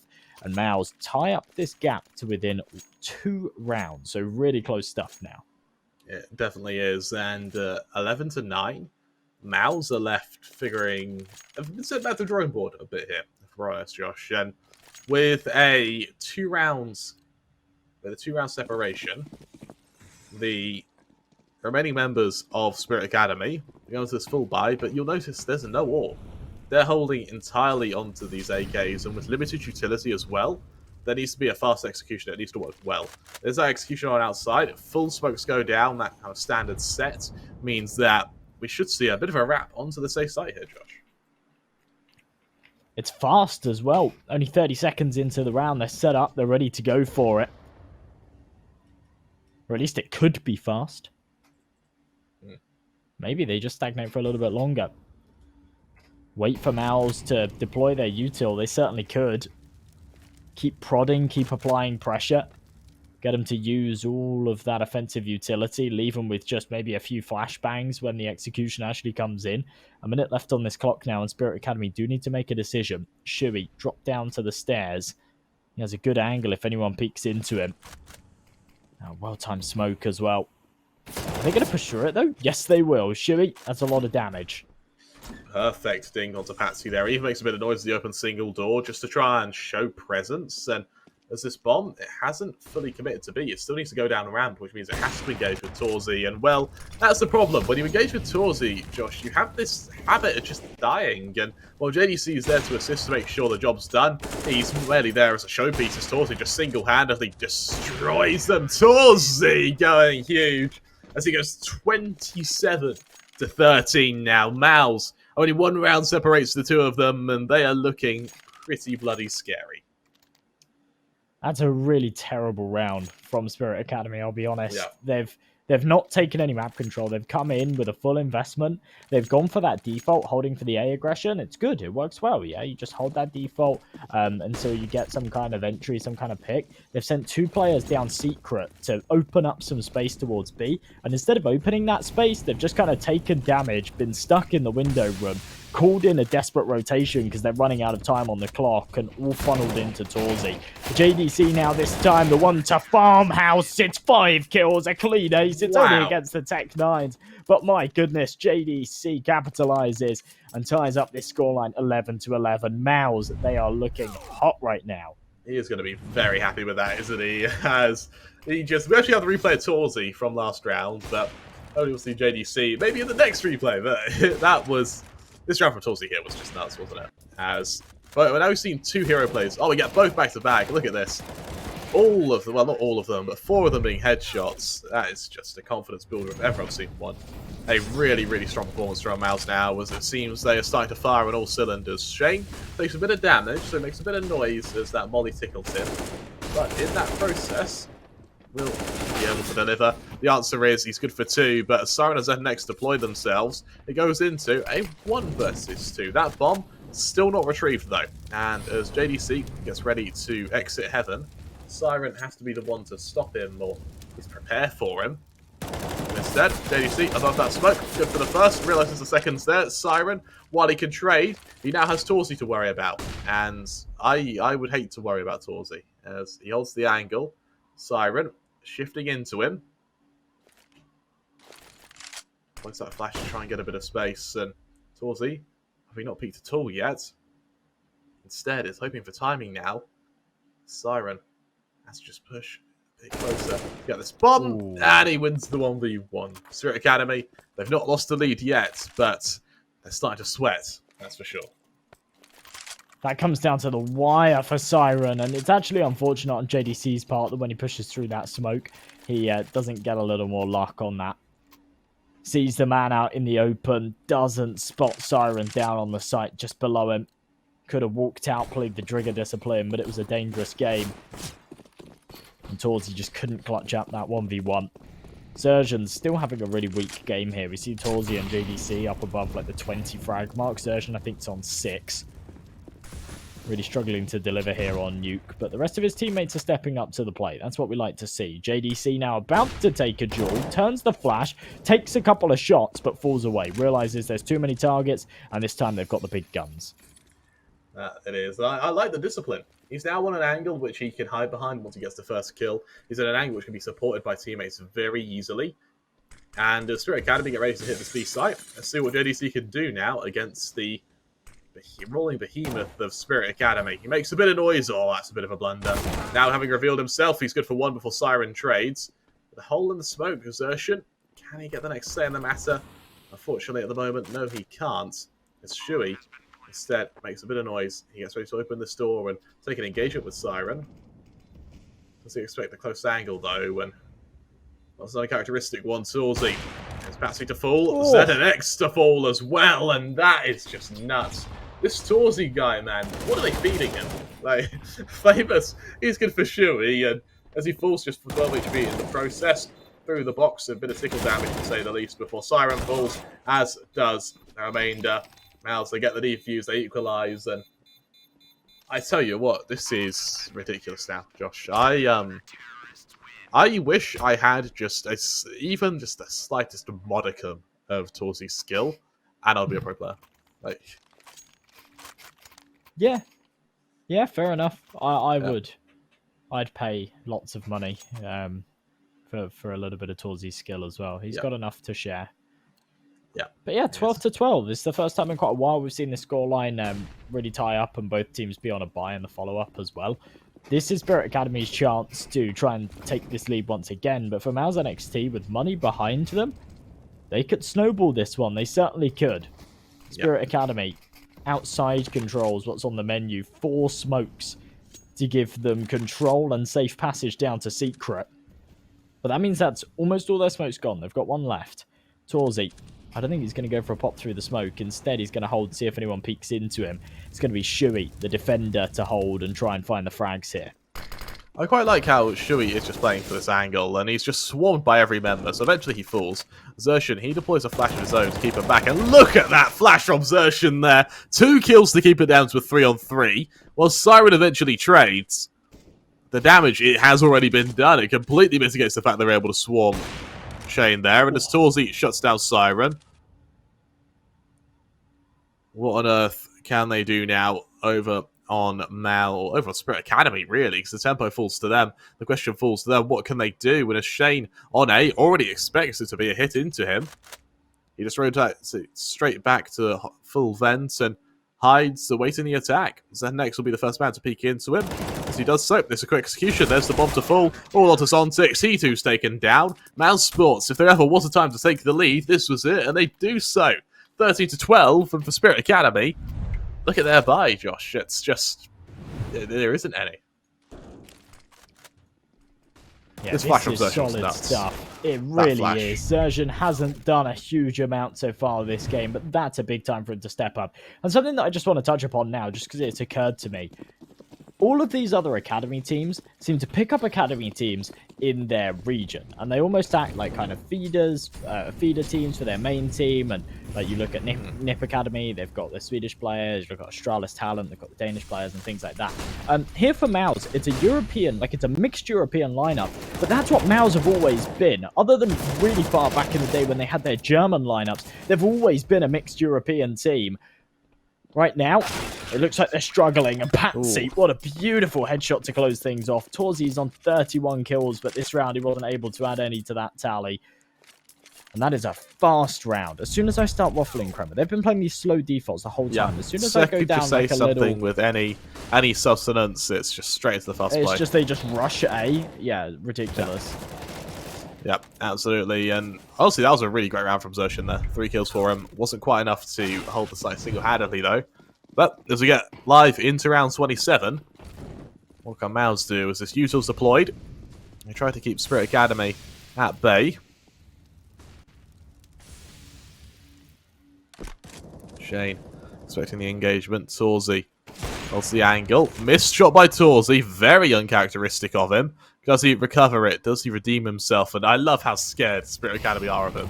They just don't even peek into him. Torsey, he keeps that molly to keep him back. And with that, mouz now having to kind of guess as to what Spirit Academy do next. Xerxian. But atop heaven, that's Shane good for 2. And I love this bait and switch, actually. Xerxian, he's in the bait setup. There's no way for them to expect him in heaven, considering they've already killed the player on top hut. The mollies go out now. The execution comes through into the 3-on-3, and then Xerxian strikes. He's good for the first. He's got JDC there for the second. Shuey for the third. The 1-2 repartee is just incredible by mouz. And as they hit 14 now, it looks like this game very well will be going to the full 30. As for its victor, it's up in the air. Tell you I what, don't while know. we are here, Josh, do you want to talk to our wonderful fans about Pinnacle? Yeah, go on then. Of course, Pinnacle. Okay. If you think you know your stuff, then make sure you head over to pinnacle.com/odds. Find the latest in-play offerings for this very matchup here, Spirit Academy versus mouz NXT, and other matches that we've got here in the Pinnacle Cup. And, well, they're running a promotion as well. When you bet €10 on esports, you get €10. You must be a new customer signing up using code CUP21. And remember, gambling should be done in a safe and fun environment. Only bet what you can afford. Full terms and conditions apply, which you can check out on their website if you want to. Shaky buy here for Spirit Academy, but it's a full investment. And if they lose it, that might be mouz's ticket to the map victory. For JDC, as he sees them coming in from a ramp. He awaits this engagement. Patsy, he falls. As he tries to follow up, it's Shane to trade, giving a man advantage. And with low HP on both Siren and Flavus, this is where it chimes in. Xerxian, just a quick execution to that member, means that for the remaining members of Spirit Academy, it may be a quick matter of trying to save and trying to hide. Bear in mind, they have no economy whatsoever. Torzy executes Siren there as he rips his head clean off. And Flavus now comes up. This shot by Torzy, not quite recovered though, but with the AWP events, it's going to be very easily retrieved. Should Flavus now fall with his duel with Xerxian. Doesn't quite jump up yet, eventually leaving control room. As he does so, he's got all these moments to worry about, and Shane just finishes the job. We'll see that. We'll see a very, very clean round. mouz now go 15-13 up, and the Spirit Academy, Josh, look how little money they had here. Yeah, I mean, they fully invested into the last round, and they didn't get a bomb plant either, so that's just a real slap in the face to them. mouz, oh, they're calling a timeout. I love it. All right, explain it to me. So, you always want to use timeouts when you want to break your opponent's momentum. Spirit Academy, while they didn't win that round, they got to a site, which, as from CT's perspective, is still a failure. We saw them have to call a full rotation from mouz, which means somewhere something failed. And so, call the timeout, break all momentum, make sure that Spirit go into this as if it's a fresh round from zero, and with no utility or Spirit either, it means that they are absolutely going to have all the momentum in the world to try and follow up here. Yeah, that's a major issue, isn't it? You look at the offensive utility, which I think on that T side is very important. Yep, that's one. It's lacking. It's really lacking. I think lacking's an understatement. A Molotov on Patsy. That's it. No HEs, no follow-up Molotovs. They're lacking on the flashes as well. Yeah, there's only 3 of them. This is going to be rough. The smokes will be used to create that wall outside to give them safe passage, but all 3 of them have been deployed. There's a massive gap in the middle. What are they doing, Kremer? There we go. No. The 4th one's used to cover the gap, but only after they've taken 2 casualties. That is such a huge mistake. That literally couldn't have come at a worse time as well. Spirit Academy now get ready to hit onto this beast site. There's 3 of them have gone down secret. Heading up to Vents to A, it's a really bold move, and they can't afford to do that right now. And because of that, JDC has to hide for the time being. Reaggresses. Patsy onto JDC. Ooh. ZNX to trade into the 3-on-3 now. Suddenly, things look a bit dicey for mouz. As Xerxian opens that door, tries to trade. No kill yet. And in the 3-on-3, mouz realised the importance of double door. The Siren tries to rotate to control. He's able to do so in the nick of time, though. ZNX now hides on this door. Can he fight Shane? No, he can't. He's caught out. Man advantage once again now. Siren atop these railings are going to try and keep him alive, but with a whiff spray down, Siren reveals himself as he gets the first. Now the follow-up from Patsy, caught out by Torzy, and Torzy goes huge. What a way to deliver and what a way to end for mouz, who... Do they have enough time? Oh, it's close. Oh, there we go. What a game from Torzy. 36-18 he ends there. And I think that was purely down to him. mouz just went huge. And if there ever was a time to make a debut, that was it. An insane performance by him there. And for Spirit Academy, that is going to be a bit of a kick to the teeth. He was doing a Torzy, Kremer. That's what he was doing. A signature move. He was. That was just insane. Unreal. Well, Absolutely. incredible stuff from the man. We'll see if that momentum continues into map number 2. We're going to be going to a short break, folks. When we return, it will be Mirage, Spirit Academy's map pick, but one that we know that mouz are comfortable on. You certainly don't want to miss it, because this could be one of these two teams' tickets into the main tournament. Don't go anywhere, folks. We'll be back in just a moment.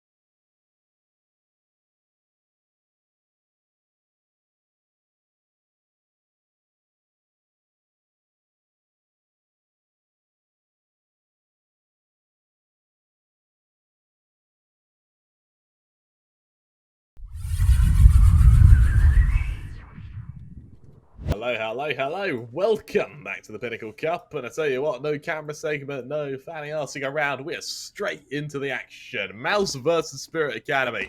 mouz Sports having just clinched Nuke 16-12. And now going into our second map against Spirit Academy. Of course, they are now fighting to have a 2-0 victory here. But Target now standing in placement for one of the members of Spirit Academy now is able to deliver with a 5-on-4. That bomb goes down. Spirit Academy on the 2 side of Mirage here are going to be looking to explode into the remainder of this series. Shane, it's a nice kill though when aTTaX is able to follow up.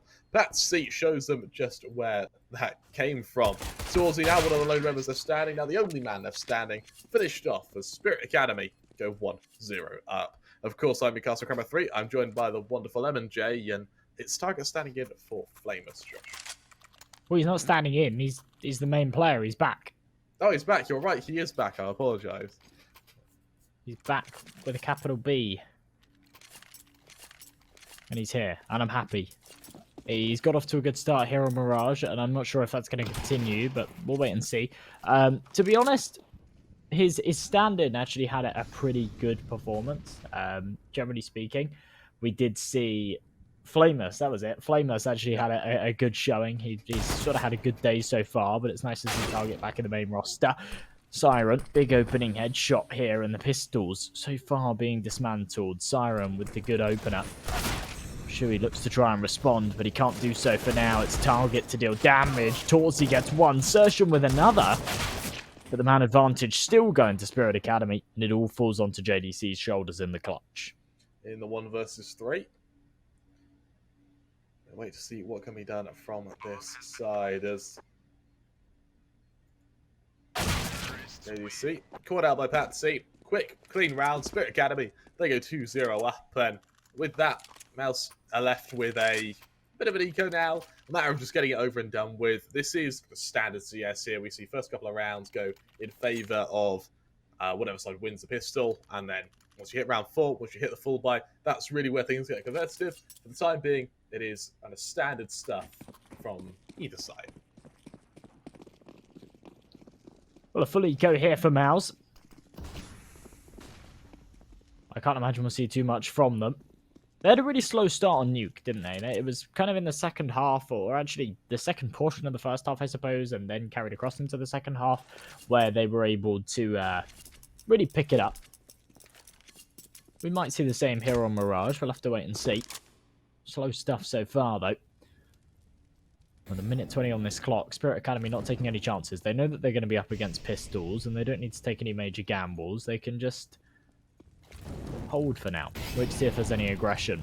Wait to see what information they can gain. Good Molotov forces one out of position, but JDC is actually there to find that first kill. Just going to try and double down onto this. Okay, yes he does. He makes it 2. Whoa, that USP, that had a bit of rhythm to it. Torzy chimes in into a 1 versus 4. Siren, he blinks. Where's his team gone? Shui with his AK in hand tries to finish the job. He can't quite do so, but it's tickle damage, and that damage accumulates. The Torzy through the smoke, more damage done to Siren now. He deploys his utility, tries to take the engagement. He's seen in the process, and Oh, Dorsey just pays the time. He realizes he doesn't have to take this fight, and as Shane almost dares Siren to peek out, he's finished off. Mouz 8 Eco Spirit Academy, and I tell you what, there's nothing standard about this CS at all. What a ridiculous eco round, and what a round from Zertian as well. Peeking in from short, gets the timing to perfection, and then I think I said this to you the other day, right? If you take the view model out of the way, right, and you just play with a crosshair, and you just don't think about what gun you've got, you just say, I just need to click on their heads twice, yeah? Then this happens, see? Click on their head twice, click on their head twice, easy, 2 kills. Doesn't matter what gun they've got, doesn't matter what gun you've got. Well, actually, get it out your head, focus on clicking on heads, Kremer. It's the key to the game. He was using the gun the kill confirmed, I think. So I think that was the name of the skin he had.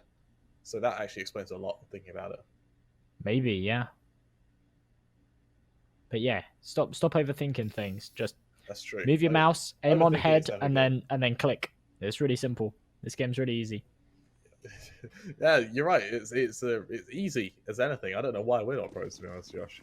Just run around and click on heads. Neither do I. I mean, I could be if I wanted to, Kremer, but you know, I just. You just couldn't be asked, right? Yeah. Maybe I'll do it tomorrow. Right. Okay. I see. I see. Spirit Academy. Fan out around the map. They don't want to commit anywhere just yet, as we see JDC boost up Zertian now.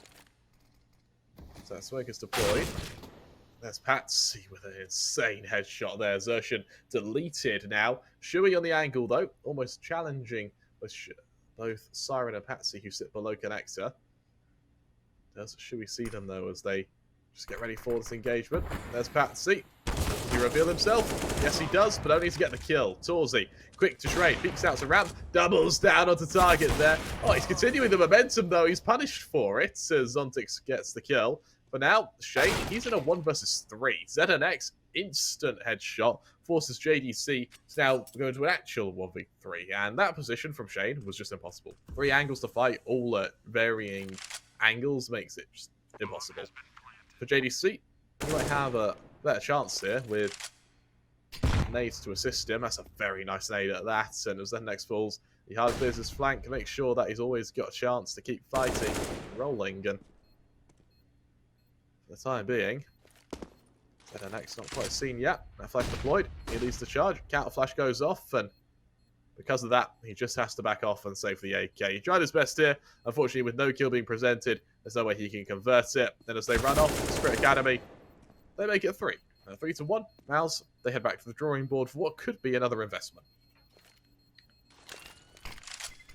Well, it's another solid round from Spirit Academy. Damage dealt from Mouz, but it's kind of unfortunate. Bear in mind, they've just won this crazy eco where I don't even know what to call it. I mean, it was just like miraculous. They came out with USPs and they managed to pull it off. You think, wow, this is going to be the turnaround. And then it just wasn't. It was a little bit anticlimactic, but 3-1 Spirit Academy. They take the reins once again. Luckily for Mouz, though, off of winning that eco round and saving a rifle in that last, they do have some money to work with.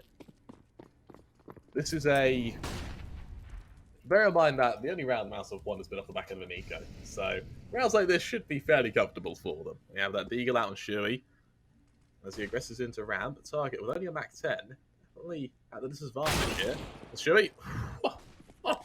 That's so quick, Josh. And as they shut him down, these smokes now being deployed in mid. That's a really cool smoke as well being thrown from Zertian there, I believe it was. And Spirit Academy now getting ready to head up short. Let's see if they can hit this B site. But the mollies, they're just being timed to perfection by Zertian here.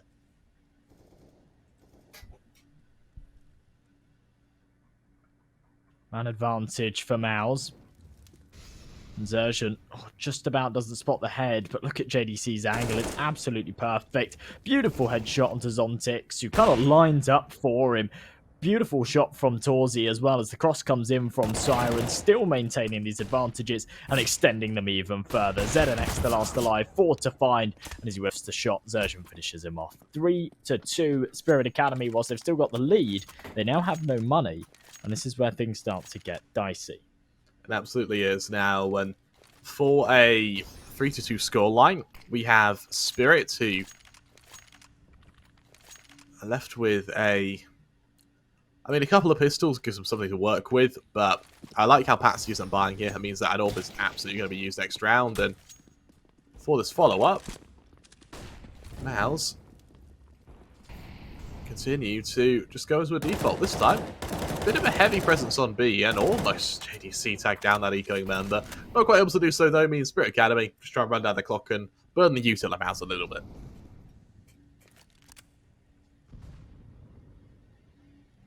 $30 already expended on this clock, and Spirit Academy haven't really moved the muscle. They're still playing very passive right now, waiting for some kind of aggression that realistically isn't going to come.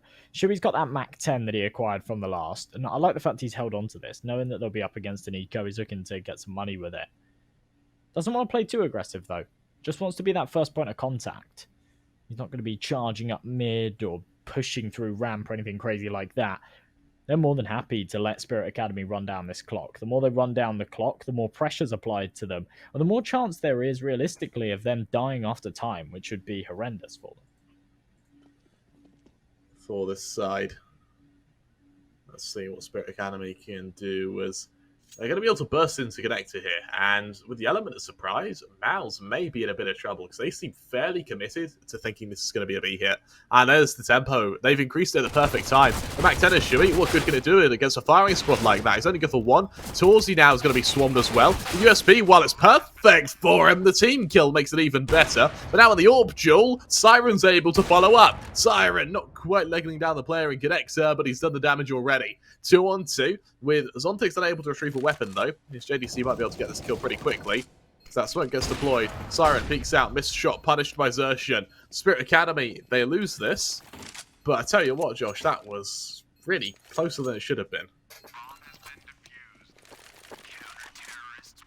It was, yeah. We've seen these eco rounds get quite a bit of mileage so far. The odds still seem to be the same as what we saw on Nuke, so I maybe wouldn't follow the ones on screen, but if you click on pinnacle.com/odds, that's where you'll find the accurate live odds for these matches, of course. As we take a look at the buys, a double up setup here for mouz. So after winning a couple in a row, they decide to splash the cash. I like it. JDC with the secondary, Torsey, of course, with that primary sniper. He's been playing out of his mind so far this series. Over on Nuke, he got 36 kills.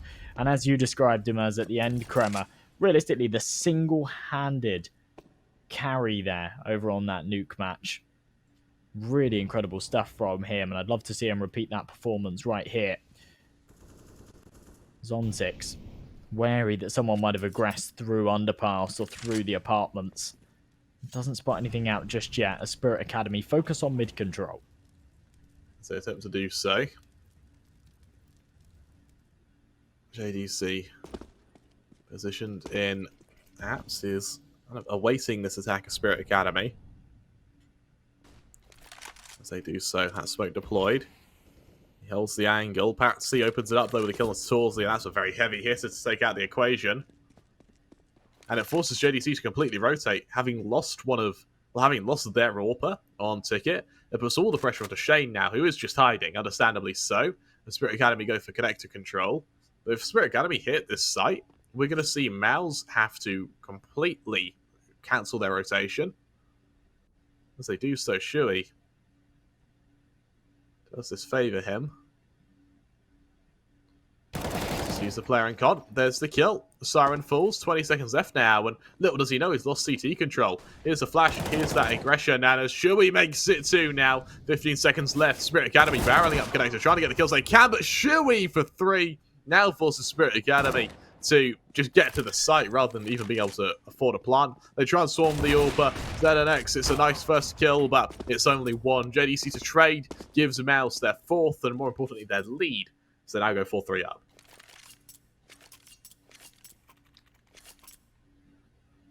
Well, they've got the lead. As you say, that's what they're looking for, and they should be able to extend it further as well. Look at the money here on Spirit Academy.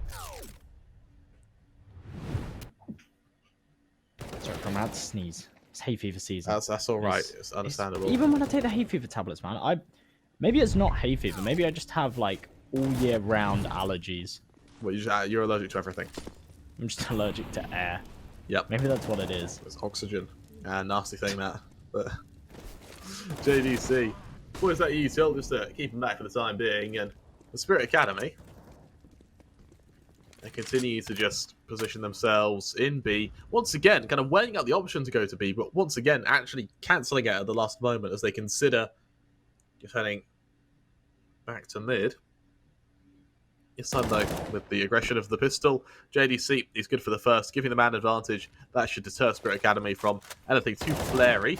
Well, I say that. They go for it anyway. JDC back on cart. Good for one. Zontix to trade. And with Zontix sitting two, I tell you what, these teams are looking so flary at the moment with their aim, Josh. Should have Zontix down to them. Force of wheels. He's close to kitchen. Shuey the man to engage with him. And Shuey gets the first kill. ZNX instantly there to trade with that Deagle. Now peeking into the long. It's Shane to finish the job, and with that, mouz go 5-3 up. But the reality is, Spirit Academy, for an eco, that was really effective. It was, yeah, damage. A lot of damage, and a bomb plant's really what you're looking for, and they deliver that. They kind of go above and beyond with it, to be honest. 5-3. And mouz, they've got the advantage here. They've got quite the advantage. Quick technical pause comes through before we get back underway with this. Hopefully it's something that can be solved quite quickly. This has been a good start. It's been a good recovery from mouz, who got off to a kind of 3-1 deficit. Off of the back of Nuke, they'll be feeling really good that they're winning Mirage right now. If they can close this out in 2, Kremmer, not only will they be happy, but I'll be happy. I'll be the prediction god. I will be very impressed with your prediction, if that's true. Granted, we did both predict that in the pre-game. I did change it when we saw the start of Nuke, but I seem to have been proven very much wrong with that. Brief technical pause, though. Hopefully, we can get underway fairly shortly. And for Spirit Academy, I'm actually really impressed by them. I thought they were kind of very much an academy team in the sense that when they try and go onto pro levels, like HLTV tournaments, they would have struggled a bit. But no, yeah, they've come into the Pinnacle Cup and they seriously impressed me. Even with the standard as well.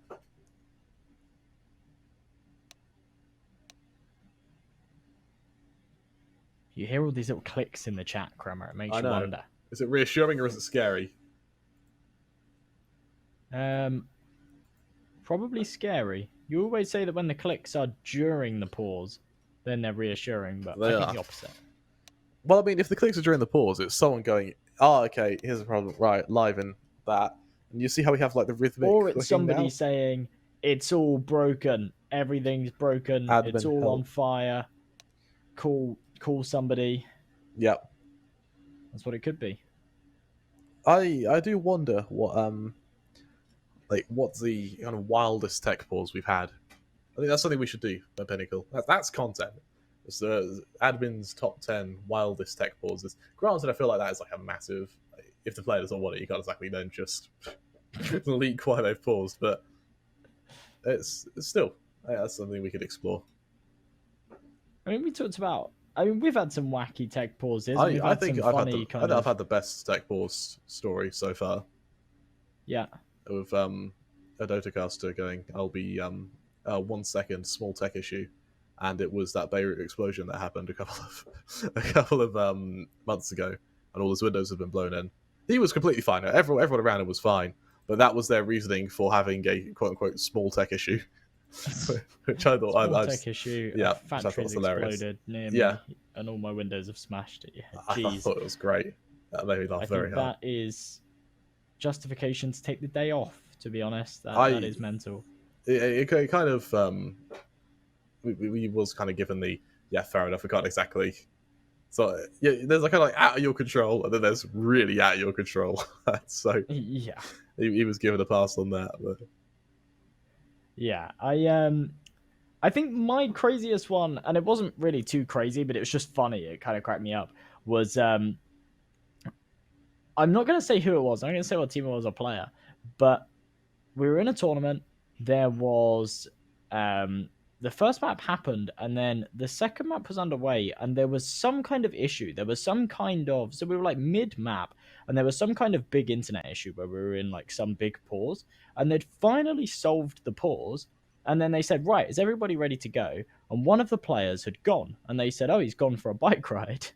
And I remember basically, that. we've been That was paused for great. ages, and one of the players was like, "Right, screw this. We've been paused for like half an hour. I'm gonna like go for a bike ride, like get some fresh air." And he'd gone Fair for a enough. bike ride, and we had to wait for him to come back from his bike ride, and then we resumed. That's a pretty cool mentality of the player who went for a bike ride. For the Maybe, sake, for the but sake yeah, I of think us he thought that we casters, had more please time. don't. I think it wasn't just like he ditched for the bike ride. I think that they were told, "Oh yeah, we'll resume in 30 minutes or something," and then they fixed the pause quicker than they thought they would. So he was like not necessarily in the wrong, but it was just really funny that we were ready to go and he'd gone for a bike ride, and everyone was just sitting there waiting for him to get back from his bike ride, and he was like unreachable because he's on a bike ride. Yeah, that's. So we just had to wait. Hope he enjoyed it. I guess is the yeah, is the I solution. hope he cleared his head. Yeah. That's a pretty good one. I think the delay is just catching up with the chat as well, so hopefully we'll see some cool stories from them. This looks like this may be a bit of a longer pause, so I hope everyone's having a nice day. You having a nice day, Josh? I'm having a nice day. Yeah, it's been okay. That's good. It's been good fun doing Pinnacle. It's like it's been a while since we did really Pinnacle. like working with Pinnacle. Yeah, so do I. And after the first Pinnacle Cup, I don't know. I'm not sure if it was planned to be sooner or if it was just we just kind of assumed it'd be sooner. But yeah, it feels like it's been some time since we've worked with Pinnacle, so I'm excited to be working with them again. We did the first one. Yeah, it was ages ago. It was like the start of the year. Yeah, so it was the start of the year. Again, it was our kind of like knighting tournament together, wasn't it? Because we did some fairly small ones. We did like the odd game here or there, but this was our first like tournament together. It's quite nice. It's like our honeymoon. Yeah, it was. Oh no, yes. Granted, since then it wasn't like we've improved at all. So yeah, they got the same casters there. Now I'm glad that we've got Pinnacle back. They're pretty cool. Yeah, me too. It's been good, and we've got a whole week of it, haven't we? I think we're doing a fair few. I'm our schedule master. Right, we've got this week. We're doing every day apart from the 3rd, which is Saturday, and the 30th, which is Wednesday. We're on tomorrow, the 1st and 2nd. We're on the we're actually on literally every day for like those couple of weeks. So I hope you guys like the sound of us because we're really gutting it in this tournament. So while we are still in the technical pause, if anyone has any questions for us, ask away, fire away. I know there's a bit of a 2-minute delay, so 2 minutes, we'll see them. Yeah, it's nice to talk to you guys. I know we shouldn't have the chat open, and it's kind of like advised against, but sod it. Yeah, it's nice talking to you. Is it, Josh? It is nice to talk to the viewers. Let's see what they're saying. I haven't got it open. It's normally I have it open. So do we have any regulars in here today? I'm gonna be honest. I'm clicking on it, Cromer. But the other day I had a very angry game, and I kept hitting my mouse. And today it's been very temperamental. This is entirely your fault, and you have no sympathy from me because remember when you explained to me that you don't rage anymore? Yeah, but they were being mean. I had teammates that were being mean. Listen to this, right? And I hope he's watching. I had a teammate who it was like a 3v1, and he says, "Last guy's B," okay? And I come through jungle, and he goes, "Last guy's on B." And then as soon as he calls it, I die from ladder room, from jungle. And I'm like, oh, he's not B, he's in ladder room. Yeah, just giving the call out. Not shouting at him for giving me misinformation. Just saying, he's not on B, he's in ladder room. And this guy goes off on me, saying this, that, and everything else. You effing idiot. He has moved from B. And he was like going in on me. I got a comment on my profile and everything. And I'd done nothing wrong. I was just all innocent, just giving the call out. And he was a very horrible man. Someone once asked me if English was my primary language, which I thought was hilarious. I don't know if you saw my tweet, but he questioned my ability to read. Yeah, it's like a common. I don't even know if it's like sarcastically at this point. But so yeah, in my nice, not toxic way, I started shouting back at him, obviously, because I couldn't let it go. I just couldn't let it go. A lot of the time, I just laugh it off, I brush it off. But I couldn't let it go, Kremer. I had to shout back at him. And then that's when the mouse took a bit of a beating. And it all went downhill from there, to be honest. Yeah. It all went downhill from there. But we lost, actually. We didn't win. We lost. But I played another one afterwards that we won. That wasn't too bad. Well, you recovered that lost elo. I recovered the lost elo. But yeah, that was a rough one. Yeah, looks like we do have an extended one. We literally have no questions still. No one else says anything. Actually, I think it is just taking a while to get back on course. I don't know if we're thrown to a break or not. I don't know how bad this tech pause is, so hopefully we're not. Hopefully you only have to see us for a couple more minutes. But right now it seems like a fairly dire one. That we have any updates to what it could possibly be. So fingers crossed we can fix it relatively soon. We have a quick restart on Patsy, who had some ping issues. Looks like restarts come through, and look at that. Just as I say, we've got some problems. What is that timing? As soon as we go to cams. As soon as we go down to the back, Torsey, perfect opening those siren falls instantly. He's even able to get away. While he's not unscathed in the process, he still can live to fight another day. Shuey, on the other hand, can't. He falls, goes into the 4-on-4. A lot of damage done to aTTaX as he falls to just 13 HP. As Shane gets ready to go through the smoke to take the fight with the players on site. Keeps them into stairs. There's the back and forth. Shane for one. Z-Nex to trade. Low HP on both Z-Nex and aTTaX means that kill is perfect to target fools. Now the trades. Torsey misses his shot. Peek from aTTaX. Tries to trade. Still can't do so just yet. And with limited utility, that being and single flash, Spirit Academy still in the runnings here. And for Shane, it's a very clean spray down there as mouz make it 6-3. Well, look at those odds. We actually see them update, and it's 1.1 to about 5.3, so massively in favour of mouz here, who have really just stepped up today. I've been very impressed with them so far, and I'm actually really looking forward to their future as a roster as well, because their debut hasn't been an easy one. They've played against some pretty formidable opponents, and they've proven themselves. I like how now all the questions are coming in. Well, we'll hold on to these for the... Hopefully we'll have another take pause, but if we do, we'll answer all of these. Those are pretty good ones as well. Those are really good ones.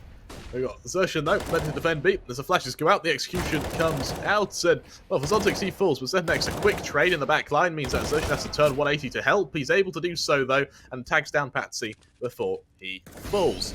The Torsey now, holding for the cross as it goes into a 3-on-3.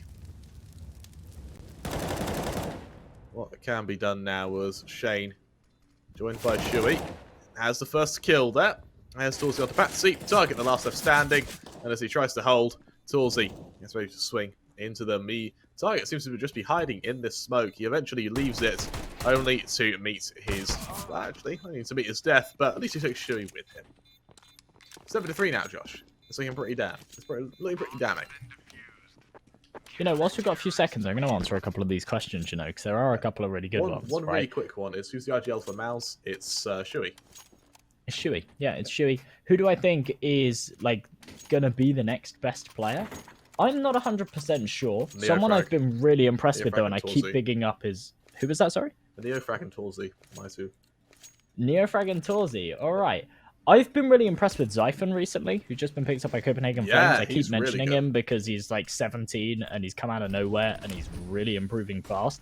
I think he could definitely be a tier 1 player in maybe a year, 2 years' time. That's a bit of a shot in the dark, but I think he's definitely someone to watch out for. Oh my goodness, a knife kill. That's something that you would love to see those. Shuey, he's taken down into the 5-on-4 now. And as we see Shane now sitting atop this smoke. He rotates back into A though, and a Spirit Academy with a man advantage. Preparing to hit the safe site. What can they do? That's the remaining ones.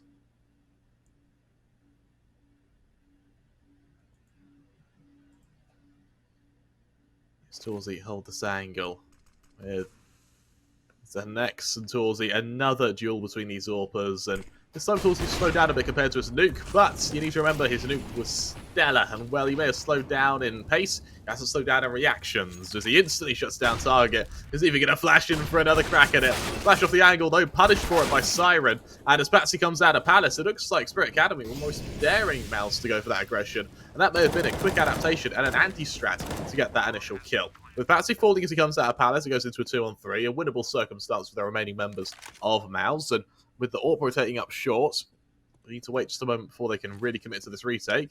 As they do so, Desertion leads the charge, caught out by Siren, leaves it all onto JDC, and as aTTaX kills him, Spirit Academy now make it 4 as they build a little bit of momentum based off the economy they are able to hold. Not bad at all, that. And a nice kind of recovery. They've lost 6 in a row, so Spirit Academy really needed something to start going their way. It's kind of crazy that mouz, despite the fact that they've won those 6 rounds in a row, they now don't have any money behind them after losing just 1. It's really a showcase of how fragile that economy is on the CT side and how close some of these rounds have really been.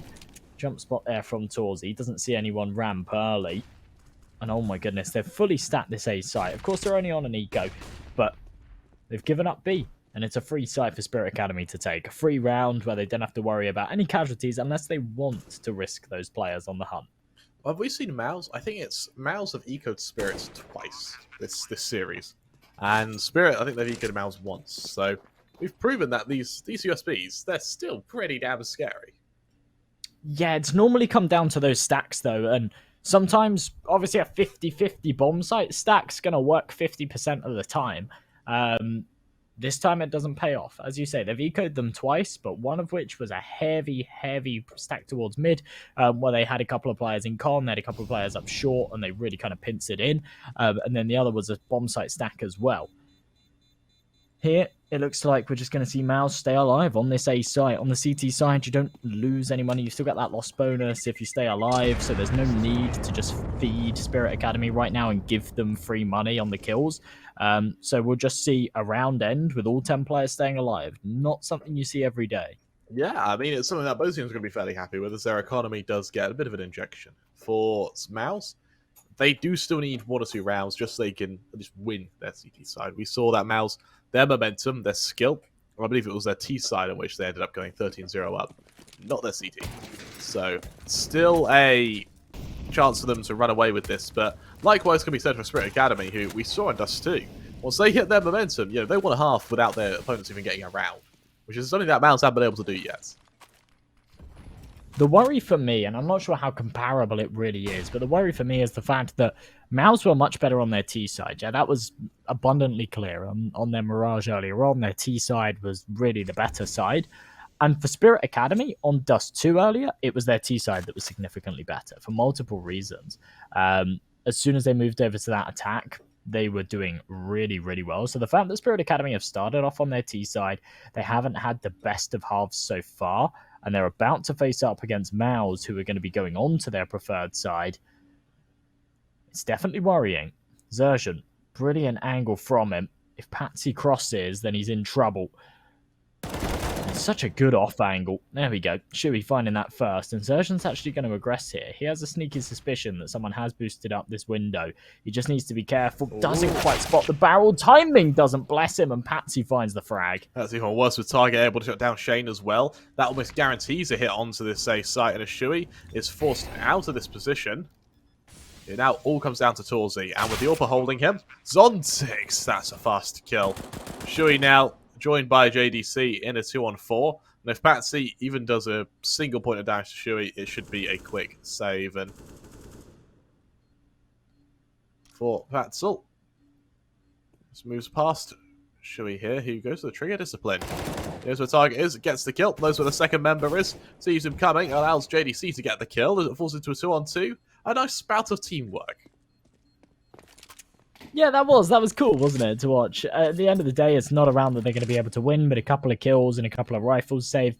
Not too bad here for mouz NXT. They'll have to fall away from this and see what they can invest into this next. There's not a huge amount of money behind them, so we'll probably see just a couple of pistols come out. But I liked that. That was a cool bit of teamwork.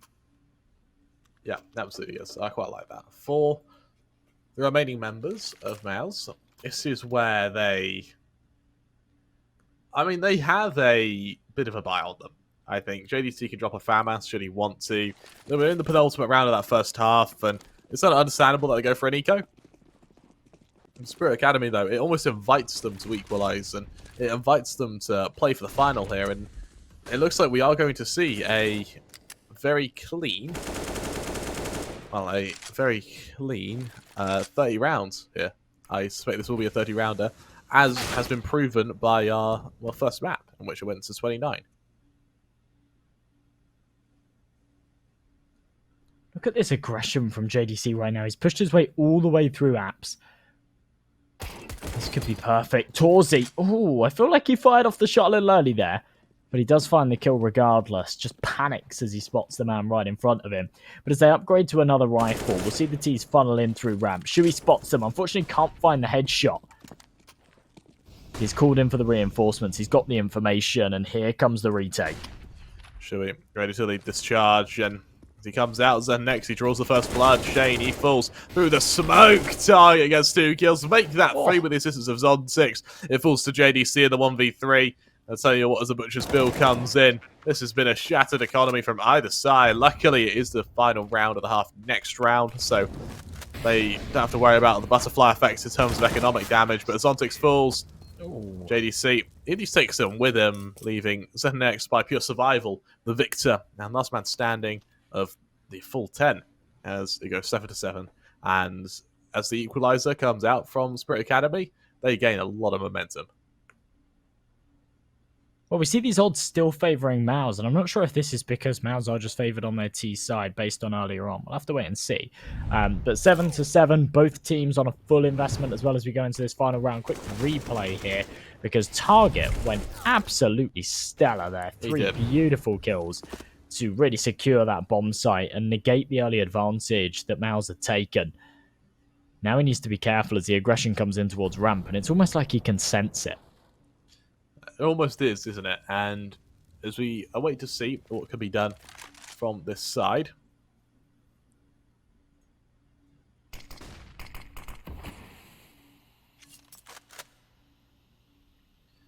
That was the Spirit Academy. Slow control in mid. 3 of them shifting down to window. Smokes get deployed on short just to keep them at arm's length. And for Shui, in window, as that smoke fades, it's Shane to draw first blood. Zontix taken down. Shui now doesn't have the element of surprise, but Storsey certainly does. Good for 1, good for 2 in lightning fast fashion there. Does he even take the duels? And next, he may not have to as Target finishes the job, though. Shane in a bit of an off angle. He's going to take the fight. The AWP falls. He knows where the last is. And that's the way to end. As with that, mouz now go 8-7 up at the end of the half. And those odds shift even further in mouz's favour. 8-7, it's a close scoreline. But if they can take the pistol and pull away with it, then we might see it extend further. Look at that sea of blue in the middle. That's where mouz really started to pick up the pace. And here's where Torzi put his foot down. Nice shot from him. Shane then follows up with a couple of really nice kills there. I mean, the one tap onto target, it's always like... I don't really know the word to describe it, but when it's the final kill of the half, obviously as soon as you kill them, the half ends. So it always looks like a one-tap, when realistically it probably wouldn't have been. Yeah, exactly. And it's still pretty fun to see. For the pistol round, mouz, kind of standard stuff. We saw this earlier, we'll see it again now. It's a take straight into the A site, bomb will go down. There's nothing more that can really stop these remaining members other than a retake from Spirit Academy. And with a smoking kit on target, it's very doable, but... the time being, they won't be able to do it from jungle. Instead, they're going to have a 4-man take out from CT. mouz with control of both jungle, con. With one player lurking in sight, it means that they have something to wield, and it's a short player suddenly becomes the flanker. Shane is good for the first. He dinks down the second member as well. Make that 2. Can he make it 3? Yes, he can. Shane, and a great round by him. And as Shui and Toolsy both chime in for the remainder, mouz make it 9. Well, that A retake setup is very, very unsuccessful. I'm not sure how I feel about it, to be honest. I mean, I don't mind A retake setups. On the pistol round, it's a bit of a funky one, especially when you don't have that utility. I mean, they had a smoke and a kit, but they didn't have any flashes. They just had to peek in dry, and the Glocks from their post-plant positions were able to just shut it down. mouz 2-round lead here as they look to extend it further. Only the pistols and the scout on Patsy to work with here for Spirit Academy. As Target holds the smoke, he needs to be very careful, but as the nades rain over, he tucks himself under Palace. JDC, first man to fall. Ooh. Can he double down? No, he can't. It's an instant trade, but Siren's there as well. Siren able to double down as well. Means as ZNX chimes in, we might see a bit of a force by victory here. As Zertian with the Say Cape takes the engagement with all 3 members at once, punished by aTTaX, and just like that, Spirit Academy make it 8, showing mouz that it won't be that easy. Seems these force buys from Spirit Academy where they're most deadly. They come in with Desert Eagles and they just kind of stomp down. It's quite scary to watch, to be honest. 9-8, no money in the bank here for mouz. They kind of have to force buy. They're on a bit of a double eco situation. So we see the pistols come out. They've now got to try and give Spirit Academy a taste of their own medicine. But the issue is that Spirit Academy have picked up those rifles from the last. We see a couple of AKs. We see that Galil, an MP9, a FAMAS on aTTaX, who found a couple of kills in that last one. And now they've got to try and defend. Caught out by JDC. These are the remaining members in this 4-on-4 with Spirit Academy.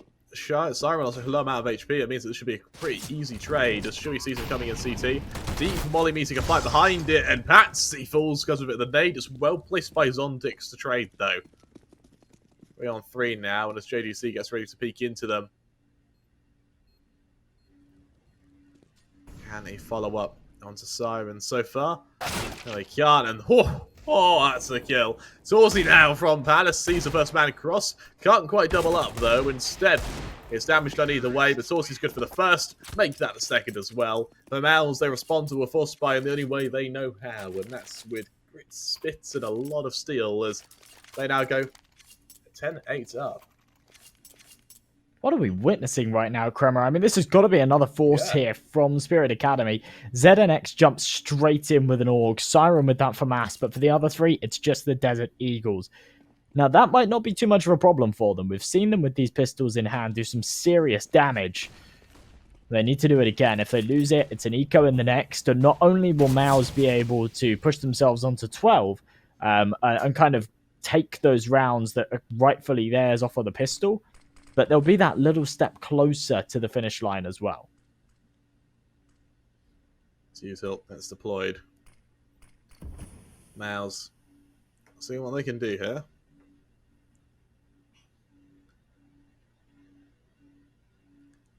This target hides and sandwich. Now let's get ready for this deployment. As they do so, the flash goes out, the utility goes flying. As they lead this charge, Torsey is good for the first. There's the trade by Target. So back and forth as ZNX reveals the AUG. Good for 2 of his own, though. Make that 3 of his own, leaving Torsey in the 1v2. And well, if I couldn't think of a better person to have in this 1v2, flashed off the angle, turns in the nick of time now. 10 HP in the 1v1 versus Patsy. He knows Patsy's coming. He hits the shots, and for mouz, that'll be 10 there as Spirit Academy just kicks into the dirt there. Torsey, an incredible round for him, and well, that's something to be pretty damn happy with. The timeout comes through, giving us a chance to talk about Pinnacle. Do you know your stuff, Josh? Did you think you know your stuff? I'm rubbish. But let's pretend I do. Let's pretend you do. You can head over to pinnacle.com/odds to find the latest in-play offerings for mouz NXT versus Spirit Academy. A variety of other markets. Pinnacle's currently running a promotion where if you bet €10 on esports, you then gain €10. You need to be a new customer and use code when signing up, Cup21. Remember that betting should only really be done in a fun and safe environment, so only bet what you can afford. All terms and conditions apply, but Pinnacle, wonderful people have made this cup possible, and give them the love they deserve. What counts as a fun environment? Like bouncy castle? If you want to play outside of bouncy castle, Josh, I can provide. I will get us a bouncy castle. I actually own a bouncy castle. Fun fact for you. You own a bouncy? Why? It was my parents'. No, it's not at my house. It's massive. It's like a big bouncy castle. It was like my little sister's birthday one year, and they said, "Oh, let's hire like a really big bouncy castle for all our friends." Right. And then they said, actually, after looking at prices to hire one, they were like, "Let's just buy one." So they bought a massive bouncy castle, and yeah, we just have it. We've used it once. I am very jealous. I love a bouncy castle. That actually made me very happy. But for mouz at 12-8, this is pretty tough for them, isn't it? Over on Spirit Academy, because they have no one's having a standout performance. There's only 3 kills separating their bottom and top fragger. Shows that while they're doing it as a group, they're not able to pull, say, aTTaX. Where aTTaX currently going, I think it's 21-13. It's something ridiculous. There you go, 22-10. Yeah, there's no one who's doing that. There's someone who can combat the kind of young Hungarian, and because of that, we've got a fairly slow start from these members. Yeah, I mean, I don't want to put any blame on Budapest 5 at all. I think they're a fantastic side. But I am actually kind of glad that aTTaX's breached out a little bit and found himself on a mixed European roster with some other talent. With prodigies, yeah. Yeah, with prodigies that are kind of destined. They've been scouted by the mouz brand, who are like a tier 1 team and always have been in CS. And yeah, they've kind of been determined as prodigies that are destined for bigger things, and I really like that because aTTaX's always been that star player, and yeah, now he's the star player of this roster, but he's got more of the limelight. Yeah, these guys are going to be getting invites for big tournaments and things like that, and we really haven't seen a lot of Budapest 5 in recent months. Tell you what I want to see. I want to see a tournament where it's only academy teams. I think that'd be pretty cool. Yeah, that would be cool. Battle of the Academies. That's $1 million. It's not $1 million idea, but it's a good idea. Yeah, it's something we need to pitch. I don't know who we need to pitch to. We'll pitch it. As aTTaX now holds this angle. We're still waiting the engagement. aTTaX takes the fight with them. No kill yet, and as aTTaX shuts down aTTaX, that's a very clean kill. That bomb tapped once as he dances to the other side of this smoke. Siren now in a bit of trouble. Siren's finish. He turns 180. Oh my god. It shouldn't be that close. That was ridiculous, Josh. I mean, look at those odds again. 1.125 to 6.23. mouz still by far and away the favourites here.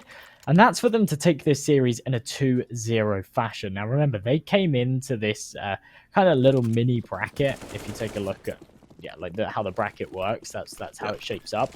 And I think they were maybe not the full underdogs, but as a debuting team that everyone were maybe expecting to have some teething issues, I think they were the underdogs.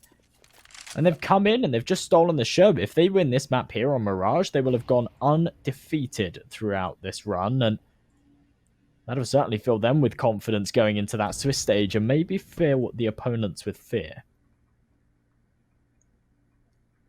Absolutely right. And as JDC leaps into apps, no kill yet though. Instead, it's Shane dives down to ramp.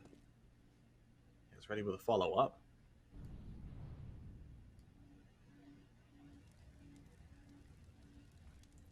Spirit Academy just having to await this engagement as JDC waits for the jump spot of Patsy. Sees it coming. That Molly goes down. And as damage is done to him, JDC leads this charge out, leads this engagement. Flashes go out. There's that next for the first, and more importantly, that's the bomb. Now the swarm's there, but the stack is just perfect as Centurion, he doesn't know where anyone else is. There's the kill from aTTaX. Puts it into a 3-on-2, but Patsy's continuing to wreak havoc on this side. aTTaX, another clean kill for him, but on 4 HP. Let's see what can happen for them, man. As JDC shuts down Siren. JDC! Another clutch that comes out from Spirit Academy. This is getting ridiculous now. And from mouz, I apologize. Once again, we saw aTTaX in the 1v2. We see JDC in a 1v2 again there. aTTaX the almost 1v3s. This side, the talent just oozes into what I can only imagine is a bit of a mess because, my God, Josh. Yeah, I mean, we've been so used to, over the years, CS teams being this big pyramid, this structure, where you have players fulfilling different roles, and you have players that are sort of somewhat expected to be worse. I think, like, the consensus back in the IGL, day yeah. was that like your IGL was the worst player and things like that. And when you go back to the vintage Fnatic roster with Pronac, so you go back to the old Cloud9 roster with Sean Garris and things like that, it was always, they were just accustomed to having their IGL at the bottom of the scoreboard and that kind of just being fine. That's just how it works. That's the structure. Whereas nowadays in CS, you've got these young flary talents that can do everything, and they can deliver these crazy numbers. And that's what we're seeing right now. mouz NXT, every single man here is capable of pulling off these crazy clutches. And as we see one kill come through from Patsy, it's a clean sweep there in the 23rd. And it's going to be 14 on the board here for mouz NXT. They draw closer and closer to this finish line. This has been an incredible day from them so far. And I think they'll be very happy with it. Honestly, I think the most flattering thing you can ever hear as an IGL is someone asking who your IGL is. Yeah, to be honest, especially if it's, you know, I was doing well. Yeah. Because, Shuey, the current IGL of mouz, you wouldn't expect him to be the IGL. Considering he's A, very young, and B, he's really good. Like, very good, yeah. He could be an entry, and you would go, yeah, fair enough. Like, if someone had said anything like that. And there's other players that have emerged like that. I think B-Stick falls into that category as well, of an in-game leader that's just really good. Yeah, I mean, at this kind of tier, you've got some in-game leaders that are definitely on the path to pro. And when I say the path to pro, I mean the path to tier 1. For Patsy, what can he really do here? Just toying with his position. As he waits to see what Spirit Academy can do.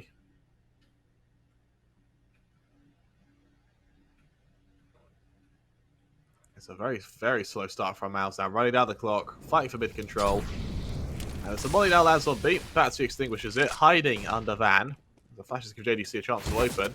Siren tagged on the cross, though, when it's all an elaborate fake. Shane onto target, means that Siren is to back off, and just like that, we see a site taken. JDC catches out a rotating member, Patsy trades, and with that kill from ZNX, it keeps it into the 3-on-3. And regardless, as that bomb goes down, mouz find themselves in the driver's seat. Shuey heading back into jungle now. As we get ready for this side.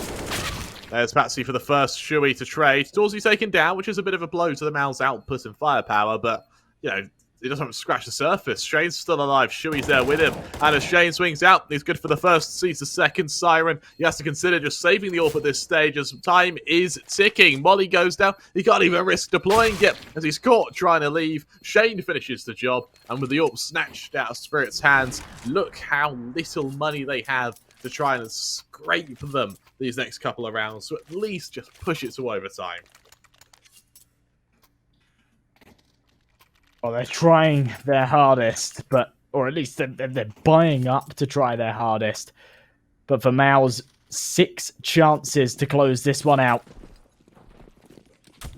I think this is probably their best chance. 2 MP9s, 2 FAMASs, and a Desert Eagle on ZNX. A really weak buy for them to work with. And the FAMAS gets deleted instantly.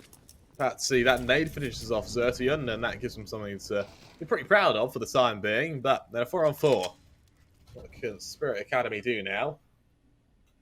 They're ready for a follow-up. Flash out of Connector. There's a wonderful shot as ZNX shuts down Torsey. And that will just invigorate mouz Sports into diving onto this B site. The smoke from aTTaX won't stop them. Instead, he's going to hide on Pillar, hoping that the rotation will prevent them from killing him just yet. But as JDC catches out the first member, ZNX reveals themselves. aTTaX now hiding on this forwarded angle. He's seen by Shane, who gets the kill. It goes into the 2-on-2. Aggression from Shane, punished, leaving Shuey, the IGL of mouz, in the 1 versus 2.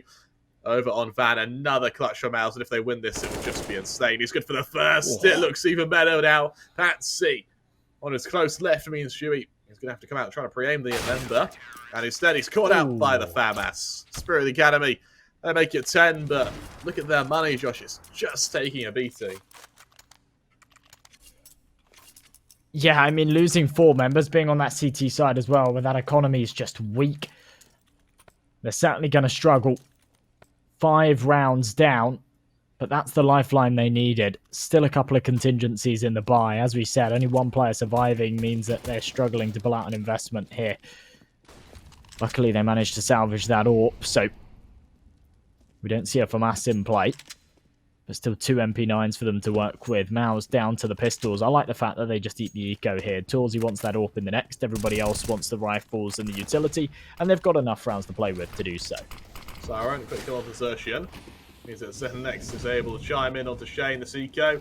It's slowly being dismantled by Spirits, and it gives them the cash injection they so desperately needed. The bomb is cancelled. tawzey is good for 1, but only 1 at that. Spirit Academy with 11 now. They're forcing mouz into the reinvestment as they battle to close it out in regulation.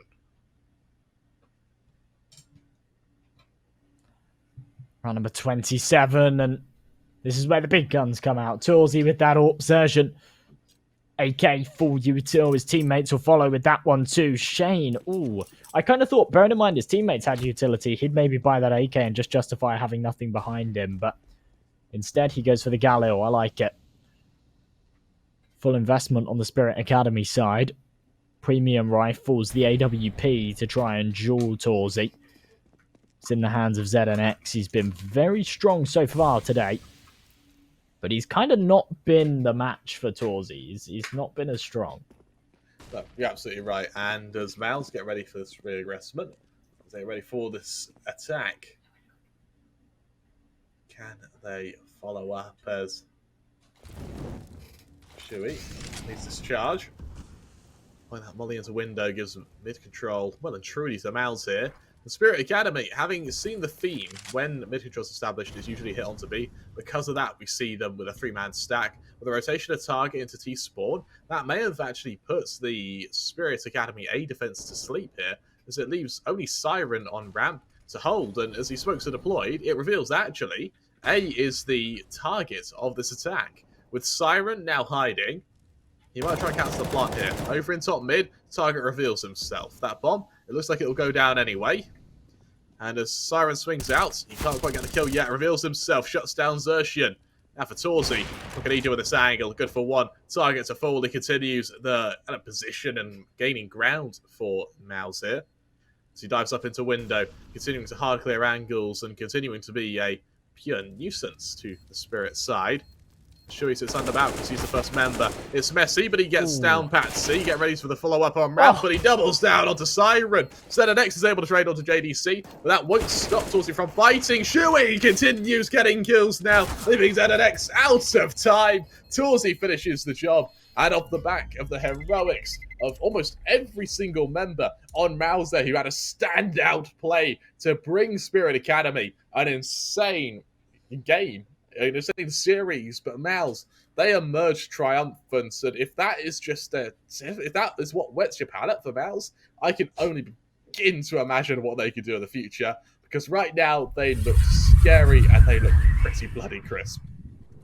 Scary doesn't do it. They look terrifying, Kremer. They've gone through today without dropping a single map. It's been incredible from them, and yeah, I mean, I'm very, very impressed. I wasn't expecting this roster. I think that mouz have kind of kept this one hush. Sometimes you sort of see these academies, they come up, they do all of these teasers for it. It's like this big thing. mouz have kept this one on the lowdown. They've come in, they've made their debut, and they've shown that they're not here for all the publicity. They're here to just win. They turn up, they go unbeaten today. They bag themselves a spot in that main Swiss, and I'm very excited to see them participate further. Yeah, you're absolutely right. An incredible day of CS, really. Commiserations to Spirit Academy, because they too played really damn well. I fully expect to see them achieve greater things in the future. But right now, this is the mouz NXT era, at least in Group B of the Pinnacle Cup. We're going to have to see how they do when they join some of the main invite teams for the main Swiss. However, that's all for today. We'll be back at the same time tomorrow, bringing you Group C. That's something you're going to really not want to miss as well, because we have some pretty good teams playing. But with that, out of Group B, it'll be mouz that progress. Of course, Group C, we've got Sangal, AGF, Young Ninjas, and VP Prodigy. Some incredible teams, and I'm actually really looking forward to casting these teams tomorrow, Josh. Yeah, me too. I think it's going to be a really, really exciting one. For now, though, folks, that's all from us here today on the Pinnacle Cup. We'll be here, same place, same time tomorrow to bring you more action through Group C. So make sure you come and join us for that one. For now, though, from me and Kramer, have a very good night, folks. We'll see you all very soon. Bye-bye.